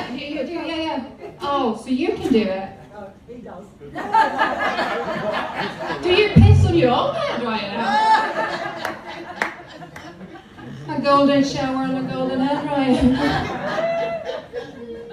Dear. Also, I've learned that no matter what's going on in the world, what you guys care most about is whether the jam or the cream goes on first. Right? I don't want to start any arguments here, but what goes on first? Jam. Jam. Jam. Okay, Team Jam, give me a cheer. Team Cream, give me a cheer. Sorry, I think it's the cream winning there, isn't it? Always wins. No, I get it. It's a lot. Oh, I've started a discussion down there now. Fight. No, but honestly, I get it. Your food here, it is very interesting, right? And very different to what I eat in Sweden. For example, when I first got here, I got to try something called spotted dick. Yeah, you know that, yeah? It's really good, isn't it? I've had a lot. But did you know that you actually have a dessert called that too? It's not, I got a crab for spotted dick. That's the first one, I appreciate it. No, but like I said, I am from Sweden. I feel like I don't really have to tell you that. You can probably tell from my accent that I'm really hot. So. No, but I do tell people, because every time I say this, they're like, "Ooh, you don't look Swedish. You're not blonde. You don't have blue eyes. And you're not wearing your ABBA costume." Sorry to disappoint. Yeah? Wrong generation, yeah. I can't even speak. Sorry. No, but I think the genuine reason that I don't really look Swedish is because, well, my dad, he's fully Swedish, right? Like made in an IKEA bed Swedish. Yeah? Came out flat pack. But my mum, she's Italian. I know, right? Exciting. Yeah, I got the best of both worlds. Big tits and a hairy ass. I take it that's what you got. Italian, are you Italian? See, but she's Italian. Prove it. We can have a show if you like. Who's the most Italian? All right. Okay, in the toilet later. No, but also when I tell people I'm from Sweden, they say, "Ooh, you must be so happy." No. I moved to England to become happier. Yeah, you know, it has worked. I have become so British now that I have an alcohol problem. Yeah. I was going to ask if you're all drinking here, but I don't have to do it. Yeah, I know, because I'm driving. Yeah, I know. Well, I do drink the non-alcoholic beer.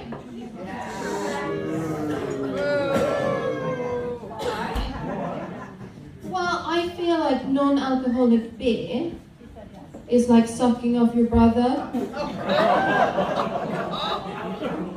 Hear me out. Yes, it disappoints your parents, but at least it tastes the same.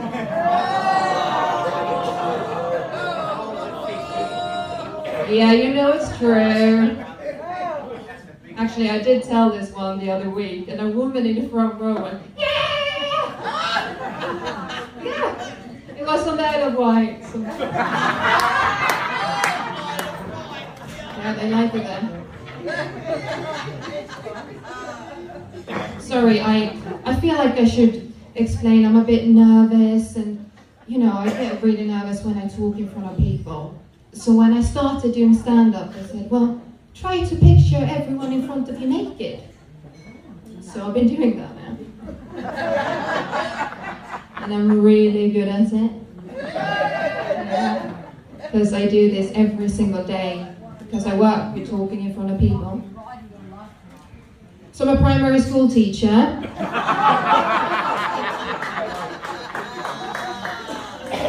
Well, obviously I see a lot of bigger things now. Well, Are you cold? That's okay. You just accepting it. I like that for you. Does it smell like a big one? Yeah, it does. Right. No, but I moved here. Well, I'm from a very, very small town in the south of Sweden, right? It's so small, it's basically just my family who lives there.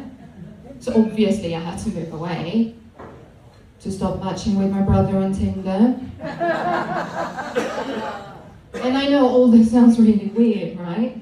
But it's not that I enjoy sleeping with my brother, okay? I just like making my cousin jealous. Anyways. No, so I thought, I need to move, right? Where should I move? I was 18 and I'd seen Harry Potter. Yeah. So I was gonna visit England. So I went to Birmingham. That's not where Hogwarts is. No. But I was absolutely obsessed with Ozzy Osbourne. Yeah. So like you do, you go to his childhood home. I took my chance. I knocked on the door. And the guy who used to live there at the time opened, and I explained, I said, "Hi, I'm a big fan of Ozzy. Can I just please come inside and see what it looks like?" And he said, "Yeah, of course, if you sleep with me." Right? I was absolutely devastated. I traveled so far. I was only 18, and now this man taking advantage of the situation. How disgusting, right? Anyway, the kitchen was amazing. The kitchen counter a bit cold on my tits, but you're a grower, aren't you? Ah, good for you. Good for me. Oh, was that a kiss? I got a kiss, guys. For that, I will give you a condom. Got one your size. Oh, is it too big? I'll give it anyway. Wait. Yeah, when you pick it up, careful, it's a bit sticky from last time. I have to tell you this, right? When I came here, my parents came to visit. It was their first time in England. They don't speak English very well. I'm not saying my English is the bestest, right?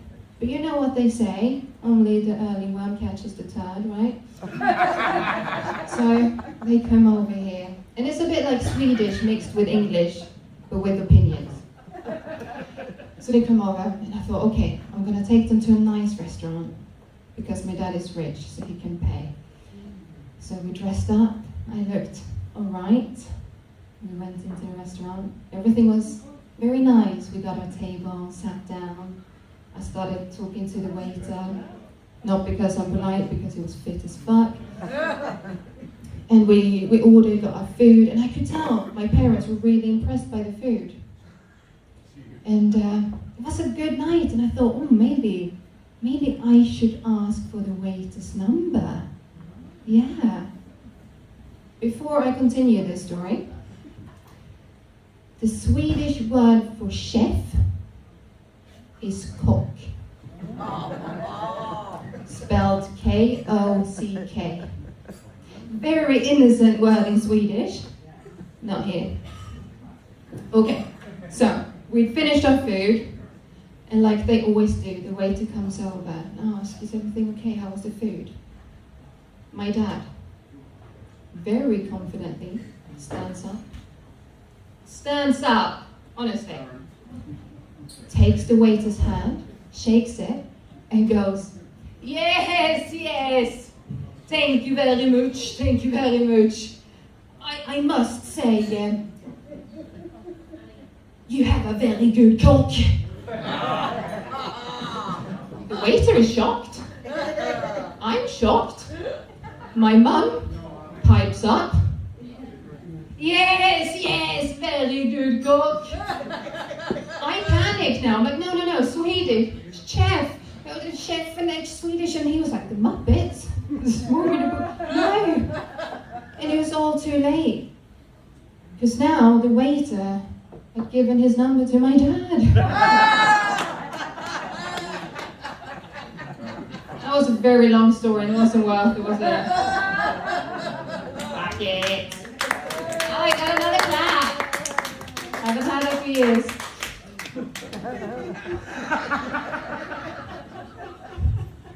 A bit of a slow burn, that's alright. No, but I'm dating now in England. Yeah. No, it's very different here than what I thought it would be. You know, I thought it was going to be romantic. I've seen the films. I've seen Hugh Grant, right? I thought they were going to come up to me and be like, oh wow, your eyes are like the stars, shining so bright, guiding me through the darkest of nights. In reality, it's been more like,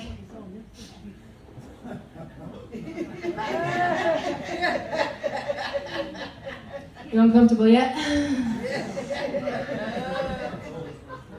Oi, you alright? You want to come back to my place so I can sparkle on your face? So I've got really nice skin now. And it was lovely, wasn't it? So, yeah. We got use of that hair dryer. No, but honestly though, I did go out on a date the other night, and it was lovely. Well, I mean, he was a bit keen, but I'm a classy girl. I would never bring anyone home with me on the first date, obviously. So I go with them to a dark alleyway instead. And unlike you lot, I don't care where the cream goes. Thank you. You got it. That's a cool back, guys. No, but it's nice earning some extra cash. And to see my brother again. I'm kidding. I obviously don't charge for family. If you want to follow me on social media, there is something wrong with you. But you've been lovely. Thank you so much. I hope you've had a nice night. And now it's going to be great. Yeah, thank you.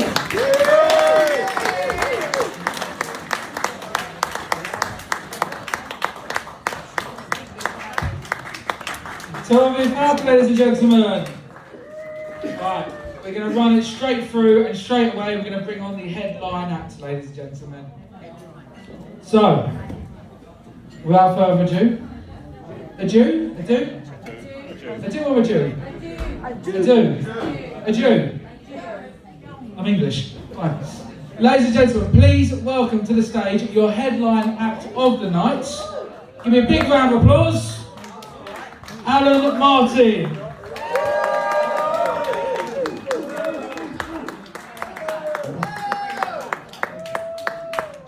They told me when they booked me tonight that this place here was disabled friendly.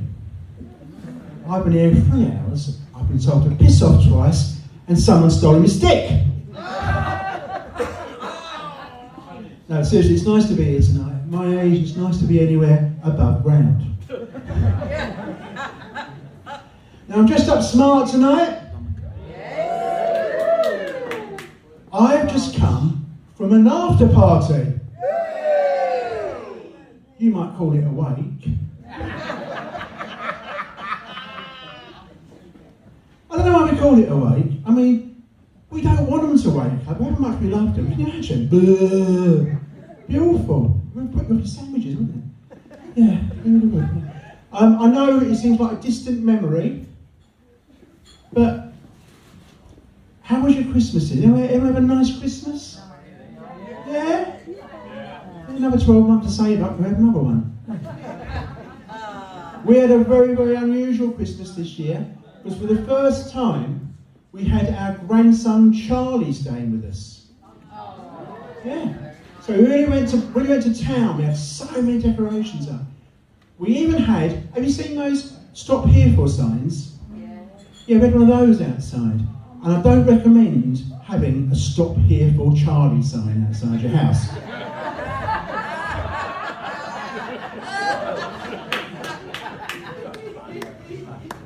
In less than an hour, I got the nickname locally, the Snowman. But I'm from Southend, by the way. Anyone know Southend? Yeah? Can I have a lift home? I'm from Southend, and it used to be called Southend-on-Sea, but I think it's now called Southend-on-Drugs. It's so common around there. But anyway, being an Essex boy, I worked out an angle for them when they knocked at the door. If they were particularly wasted, I'd sell them Persil washing up powder. I mean, it paid for the Christmas, and come on, think about it. I got a few of them clean.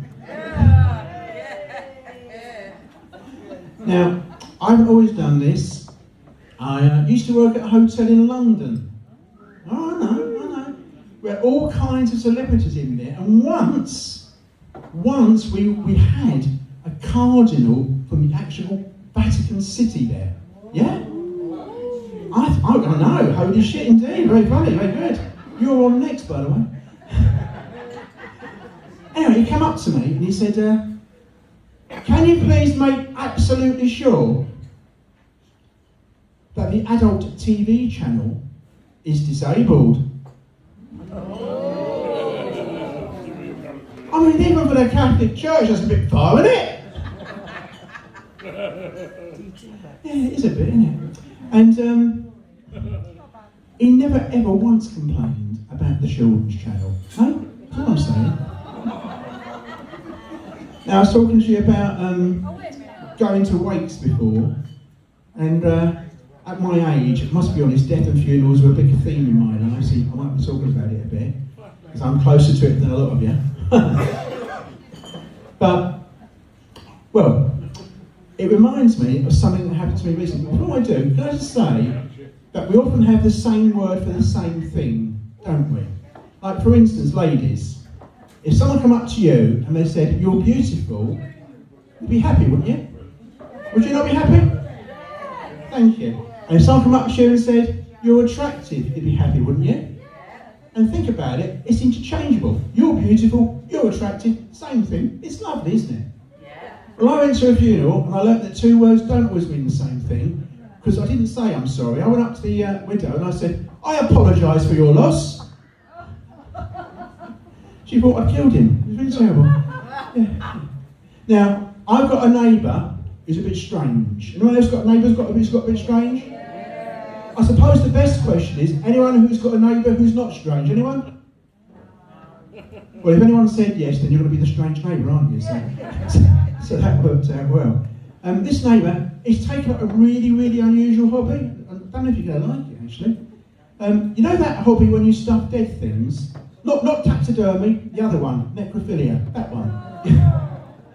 I know, it's awful, isn't it? I don't know what to do with him, really. But anyway, I've given him a wide berth now. But people do strange things, don't they? And he said it was a fantasy he'd had for years. I think you should have stayed a fantasy himself, but he said it was a fantasy he had for years. And he said the only thing that was stopping him doing it is if he dug her up and found out she was ginger. I said, "What do you mean? You can't say that sort of thing these days." He said, "No, but they're so pale-skinned, I wouldn't know if she was still alive, would I?"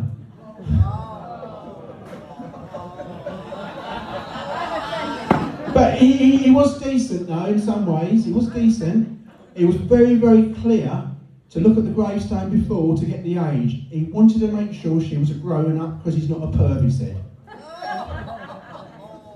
I know! Really, really, really, really odd. Yeah, anyway, enough about him.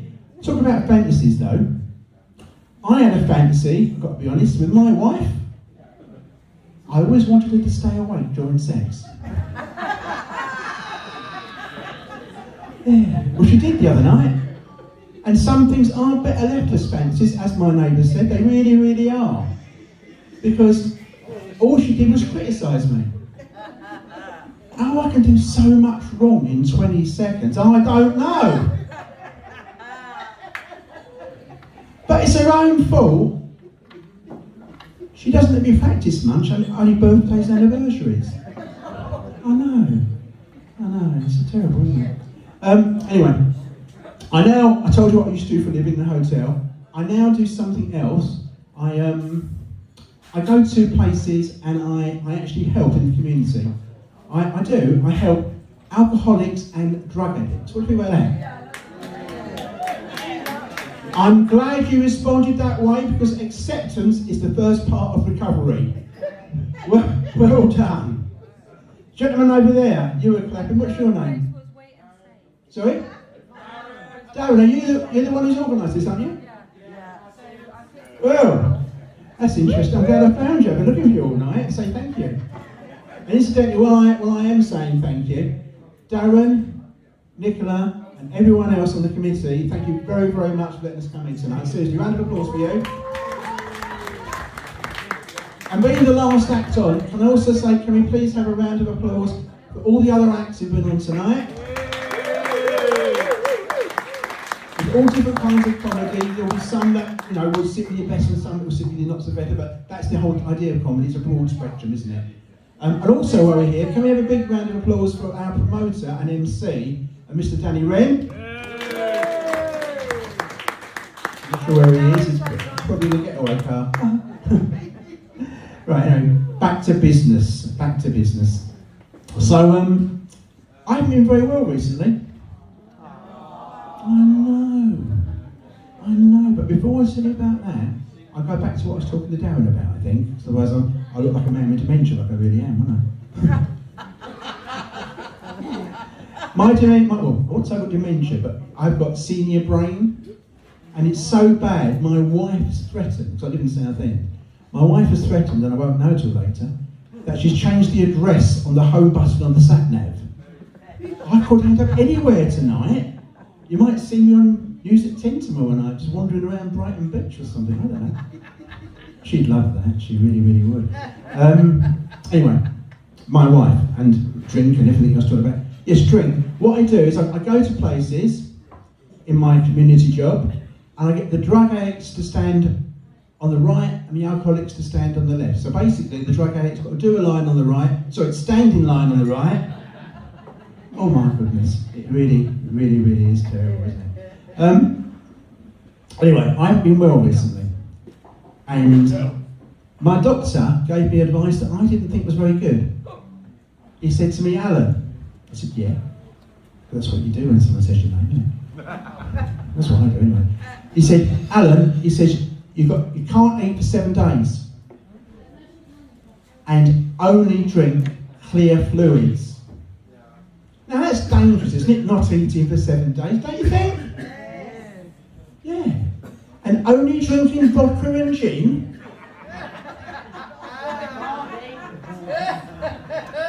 It was a nice week, to be perfectly honest. But I'm left with another disease now, another illness now since that. I've now got something called alcoholic constipation. I can't pass a pub. Anyway, my dog hasn't been elite as well. My dog hasn't been very, very, very well. I know. And I just held him so tight. Yeah, I held him so tight. I was so worried about him. And my wife came over to us and she said, you've got to put him down. Well, that's a bit harsh, isn't it? So you're having a cuddle. Anyway, we talked it through. And then we talked it through again, and we basically do that until usually I come to her opinion. That's how we do it in our house. We what we call a partnership, our relationship. I'm the junior partner. That's how it should be, because she does have the best ideas, to be perfectly honest. Anyway, we came to a compromise with the dog. She sleeps in the bed, he sleeps on the bed, and I sleep in his basket. It turns out, when she said, you've got to choose me or him, she was actually talking to the dog. But there you go. Yeah, there you go. I wanted to tell you that I used to like older women. Thank goodness I don't now. My goodness, it'd be less Tasty Cougar and more Freddy Krueger, wouldn't it? It really would be awful. And I was thinking when I was younger, I was thinking, how on earth am I going to find a way where I can regularly meet older women? Because in my circle, it was only people's mums. And once you've done a few of the mums, you want to get a bigger circle. So I decided, I've got an idea. So I used to park down the crematorium, that's what I used to do. No, honestly, it's absolutely a brilliant idea. What would happen is the cars would come in, the limousine at the front's the one to look at, and if you don't like the look of it, you go, no, and you wait 20, 30 minutes, the next one turns up. They deliver them to you. It's fantastic. And if by the end of the day there's no one you like, guess what you do? You just join the last funeral, have a few sandwiches that are free, have a few drinks, hopefully free, and you're home in time for countdown. Still a good day, yes? Yes. Yes. But that was later in my life. I was actually quite a late developer. I know, these chiselled looks, what do you think of that? It's unbelievable, isn't it? But I know. But I was a late developer. So late that my friend said to me, Alan, it's getting embarrassing. It's really late. You should get yourself a hooker. Now, I wasn't keen on that idea, as you can imagine, but I got talked into it, and I've got to say, it was all right. We had a great evening talking about his rugby career. And then I tried speed dating. Anyone here done speed dating? No? Well, I don't recommend it. I don't like taking drugs. No. At least the evening went by very, very, very quickly. And then I did a thing which was popular in Essex for maybe 6 months, 9 months. I've never seen it anywhere else. Supermarkets were doing singles nights. Did they do it around here? Yeah? Did anyone go to them? Anyone want to admit to going to them? I should ask, Well, I went to a few, and I've got to say, it's as you'd imagine. Different types of people in the different supermarkets, honestly. Aldi and Lidl, cheap enough. They liked you looking at their middle aisle, that's for sure. But it wasn't really my sort of cup of tea. I quite like Waitrose, but it's a bit expensive for me on a regular basis. I once got intimate with a woman from Tesco's. Well, nearly intimate. We got to the bedroom, I got undressed and she laughed. I said, what are you laughing for? And she pointed. I said, well, every little helps, love. Yeah. I wouldn't go out with a girl from Asda though, not the Asda supermarket, because they're all weird, aren't they? You know, they don't like normal making love. They like it, bip, bip, Asda. Yeah, really, really bad. Yeah. I don't trust them one little bit. I'm not sure if you're ready for me really, because some of my stuff is a bit dark, isn't it? But I will persevere and bring you round. I'll tell you what I'll do. If you don't start laughing with me, I'll do something that always makes my wife laugh. I'll get undressed. You have been warned. Now, I made a comment when I first came on stage earlier on about being disabled friendly, intimating that I am disabled, and I really, really am. This is a false leg. Yeah, it's all right. I lost it in 2018, but for God's sake, why do I keep saying I lost it? I don't want to find it again. It's not a set of keys, for God's sake. No. But you know something? Having a false leg, that isn't the problem. Do you know what the problem is? It doesn't cure you for other things you've had before. Namely, I still sleepwalk. Now that's a bit of a problem, isn't it, with one leg? So my wife tried various things, and in the end she decided to tie me up and handcuff my wrists to the headboard. Well, you say, did I enjoy that? I've got to say, these days particularly, I'm more M&S than S&M. Yeah. In fact, my only kink, I was never a masochist or a sadist. I like popcorn. I was a butterkist. Yeah. No. The worst thing about being handcuffed every night and tied up every night is that I also snore. So I should have a ball gag in my mouth. I know. And the thing is, I couldn't have a safe word. It wouldn't work. So I had to develop a safe smell, which is very, very difficult to do because your window comes out the same, doesn't it? Anyway, it's not so bad as some other things. For instance, did you know there's only 3 types of amputations you can have, which are on your body, which no one can tell on a good day if you've got your clothes on.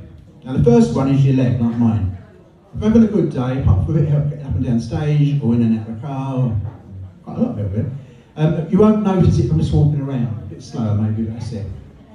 Second one is if you've got a false arm, particularly in the winter when you've got your coats on, you know, and your gloves on, people might not notice.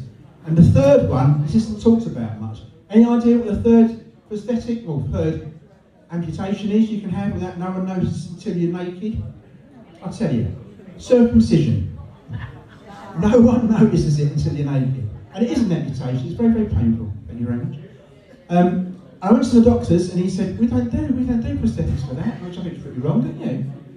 So I bought myself a packet of hula hoops. Now, they're very, very useful, not only for that, also if you're out and about, away from the cafe, and you've got a low blood sugar episode. You can get arrested. I've got a low blood sugar episode now, actually. I'm sure it wasn't cheese and onion when I put it in there.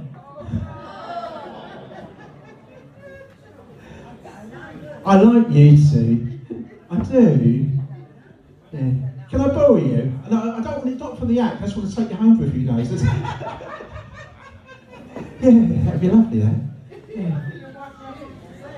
Probably thank you. One less job around the house, you'd say. Yeah. We only have sex rarely, like I say, anniversaries. I'm so happy tonight because it's our anniversary. Can't wait to get home. She's dreading it, that's why she continues to work so far away tonight. I could have done a gig in Southend. She said, oh, no, take the further away. Go further away. Don't come back quickly. Yes, don't come back quickly. And there's a few other things I wanted to talk to you about. I wanted to talk to you about business ideas. Now, if you weld 2 cars together, you've got a dangerous cut and shut, haven't you? You've heard of cut and shuts. But if you weld 3, 4 or more cars together, you've got yourself a limousine business. Think about it. It's true, isn't it? And we were talking about my wife a minute ago. I went shopping with my wife the other day, and we went to the lingerie department. I know, it's my favourite place now. And I like to spend a long time in there. And I think it's called the lingerie department. That's how it's spelled. You do linger there, don't you? Anyway, I had another idea. All the bras, and they've all got different types of bra, haven't they? They've got, what they've got? They've got uplift, they've got balcony, they've got push-up, not that I wasn't paying attention, support, loads of them, t-shirt, a lot. And I thought, well, why don't we do that with men's underpants? What do you think? I mean, think about it. Why, when we get to the bedroom with our new beau, should we be the only one who's disappointed with what's under the clothes? Yeah, I quite fancy a balcony set myself. What do you think? Will it suit me? Yeah. Although at my age, to be fair, push-up's probably what I need. When I get undressed, I look like I'm sitting on a space shuttle. Yeah, it's a nice image for you to go home to tonight. Think of me. Yeah. It's a good business idea, isn't it? I mean, I think you might benefit from a push-up. I don't know if that would help you in your sex life. Hey, look at me, Superman. They call me tripod, not peapod. It'd be rather good, wouldn't it? Anyone who have nightmares? Anyone who have nightmares? Tell me a little bit about your nightmare. All right. Anyone else want to tell me about the nightmares? Oh, someone tell me something. No? Shall we all hold hands and try and contact the living? What do you think? Yeah. Oh, well, I'll tell you about mine. Mine's really weird. In my nightmare, I am deaf and dumb, as if I haven't got enough problems. I'm deaf and dumb, and I get mugged. That sounds terrible, doesn't it? What do we all think about a mugger who mugs a deaf and dumb person? Bad? Yeah. That was a trick question. You meant to say no, Mug, I said, look, I'm getting the measure of you, aren't I? Oh, you're in a bit of trouble, aren't you? No, the thing about it is that I think what you did was terrible because I couldn't hear my dream. I couldn't hear him approach me because I'm deaf. And no, I wasn't. I was dumb. I can be blind as well if that turns you on, my dear. But no, that was Pete's dad. No, but I'm dumb, so I can't even scream out for him. So I said, help! I do nothing. But the genius of what he does isn't in the mugging me. It's in the fact to stop me telling anyone he breaks my fingers. You got to admire him, haven't you? Huh? You got to admire him. Oh, by the way, I was in the where's the mic stand gone? That's it. I was in the toilet. I'm just going to hold this here, and you're going to pretend I've got it in a mic stand. I was in the toilet, and there was this bloke like this, both arms like this,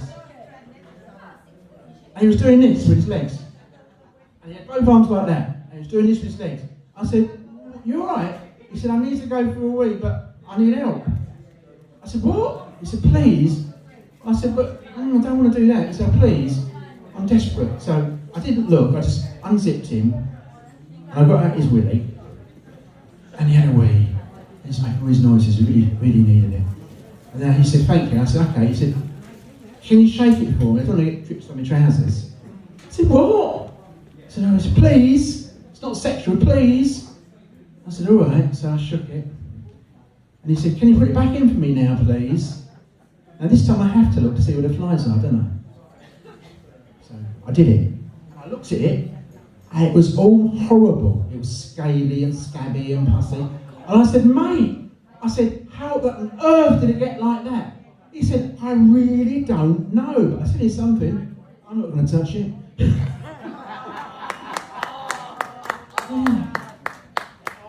Anyway, I've got one leg, and I'm disabled. And you had a comic up earlier on my friend Bobby, who's stutters. I used to stutter, and there's a little community. Whatever disability you've got, there's little clubs, isn't there? Like I'm in the Limbless Association. I should be in the Circumcised Association too, or the Hung Like a Donkey Association. It's a joke, one moment. But I was in the Stuttering Association, as it was back then, and I met someone who had a great experience. He was a churchgoer. And he went to church, and the roof was falling down, you see, and the vicar said, I need some help to get some money in to repair the roof. Can anyone help me? He said, in fact, rather than can anyone help me, he said, I've really got my eyes on just two people out there. He said, Stephen, I know your job is a salesman, and I know you're very good at it. So can I give you 100 Bibles, and can I ask you to sell as many as you can, and next week we'll back the money? Sure. So he said, Bob, he said, I know you're retired, you used to work in sales too, didn't you? He said, well, a little bit. He says, I don't expect so much from you, but if I give you 100 Bibles, can you see what you can do by next Saturday? Yeah. So I thank you all very much, and his little hand at the back went, and he says, Alan, it's his same name as me, he said, Alan, it's okay, we know your affliction, you haven't got to help. And Alan went, but I really want to help. And the vicar said, all right, just to be good, I'll give you 100 Bibles, but not expecting much from you. The next week, you like this one, you listen. The next week, the church comes again on a Saturday, you know, the members of the committee, and he said to Steve, he said, how did you do? He said, I didn't do bad. Oh, vicar, I didn't do bad at all. It's my job, and I sold 60 Bibles. Very good, said the vicar. Stephen, what about you? I don't expect quite so much what you do. He said, well, I didn't do bad, I sold 45. I've still got the touch, I did 45. He said, well, thank you very much, everyone, and let's move on to the hymns now. And Alan put his hand up and he goes, Vicar, you forgot me. Because it's okay, Alan, I'm not expecting much from you. He said, no, I sold the whole 100. Everyone looked in amazement. And they said, how did you do that? I said, very, very easy. I'd go up the path, I'd knock at the door, and I'd say, hello, I'm Alan from the local church. church, the roof's falling down, and I'm selling Bibles. Do you want to buy one, or shall I read it to you?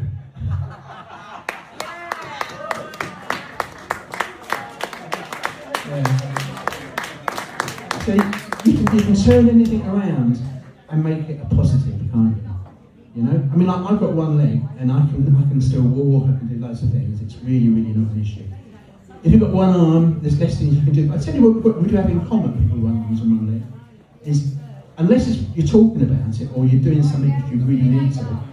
Even if you're doing something you need to, like going upstairs, after a while you forget you've got a false leg, which becomes natural to you. People with false arms are the same. And after a while, they actually forget they've got a false arm. Now you normally know if any of your friends have got a false arm because they're often late, because they struggle to put a watch on, you see. So they're often always late. But the great thing is that a lot of them still have like dogs and stuff, you know, and go shopping and stuff. And if they forget and they put the lead in the wrong hand, and the dog sees a cat, they can lose the arm. It's really quite funny. Yeah. You know, I was in when I lost my leg, I was in a wheelchair for 6 months, and it's not the best experience. People truly do talk over your head. They don't really talk to you. They talk either at you or just ignore you. It's really weird. It's almost as if they think your brain's gone. It's weird. But anyway, I got invited to that place in France called Lourdes. You all heard of Lourdes? Where miracles can happen? Yeah? I was very excited. I thought, you know, maybe. Anyway, I got there early. I was third in the queue. The first bloke had a gammy arm. And the second bloke had an ugly birthmark on his face. And then there was me in my wheelchair. And the first bloke went in and put his arm in the water. Everyone said a few prayers.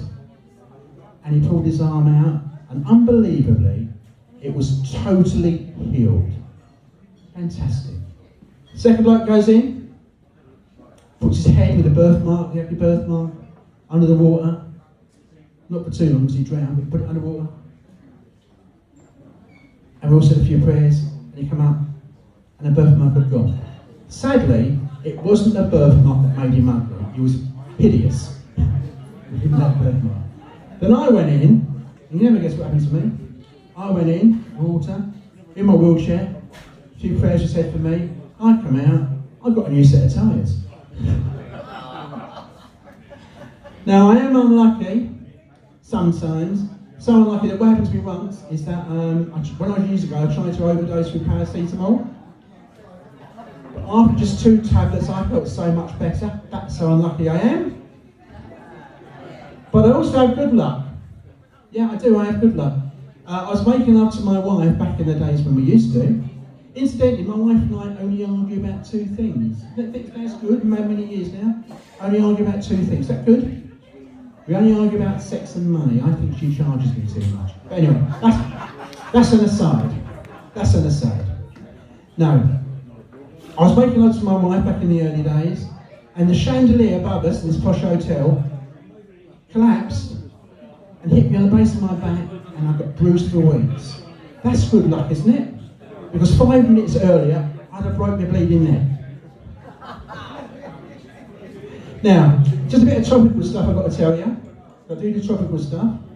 Like, what can I tell you? I'm going to say something that's probably quite controversial. I hope you're all okay with this. I've got to know me a bit by now. You ready? Israeli. Israeli better than Southend? I don't know if it is. And do you know why they invented the USB? Because the USA's gone crap. That's that one. And have you all heard of Bonnie Blue? No, Bonnie Blue, I'm glad you haven't. I'd have thought worse if you had. Bonnie Blue is a lady who goes on the internet and she has sex with loads and loads and loads of people. She goes for world records with 1,000 people in a day. I know. In fact, I'm not going to do that bit out of respect for you. Right? I'm not really going to do that bit. All I will say part of it, I will say, she just said she's joining Reform. Did you read that the other week? You didn't read that? Which is a complete turnaround for her, because she used to want all comers. Anyway, I'm gonna start saying my goodbyes to you now. I know. I think Danny says I've got to go. I asked Danny earlier on, how long have I got? He said, looking at you, I wouldn't give it more than 3 months out. Anyway, before I go, 3 things. Okay? The first thing is, my name is Alan Martin, and I'm on Instagram and such as Alan Martin Official. I'd be very grateful for you following me. Thank you. The second thing, thank you. If you want to follow me in real life, for God's sake, make it a fair match and give me a head start, because I don't walk fast. And the third thing is, I know we're all thinning out, and it's not man gyro, it's just because it's late. I know we're all thinning out, but can I say, you have been wonderful. Seriously, I thanked everyone else. Can I thank you? You have been wonderful. But can I be more than that? Can I be blunt with you? Can I be blunt? You're beautiful. No, you're attractive. You said it was the same thing, didn't you? Good night, everyone. Alan Martin, ladies and gentlemen.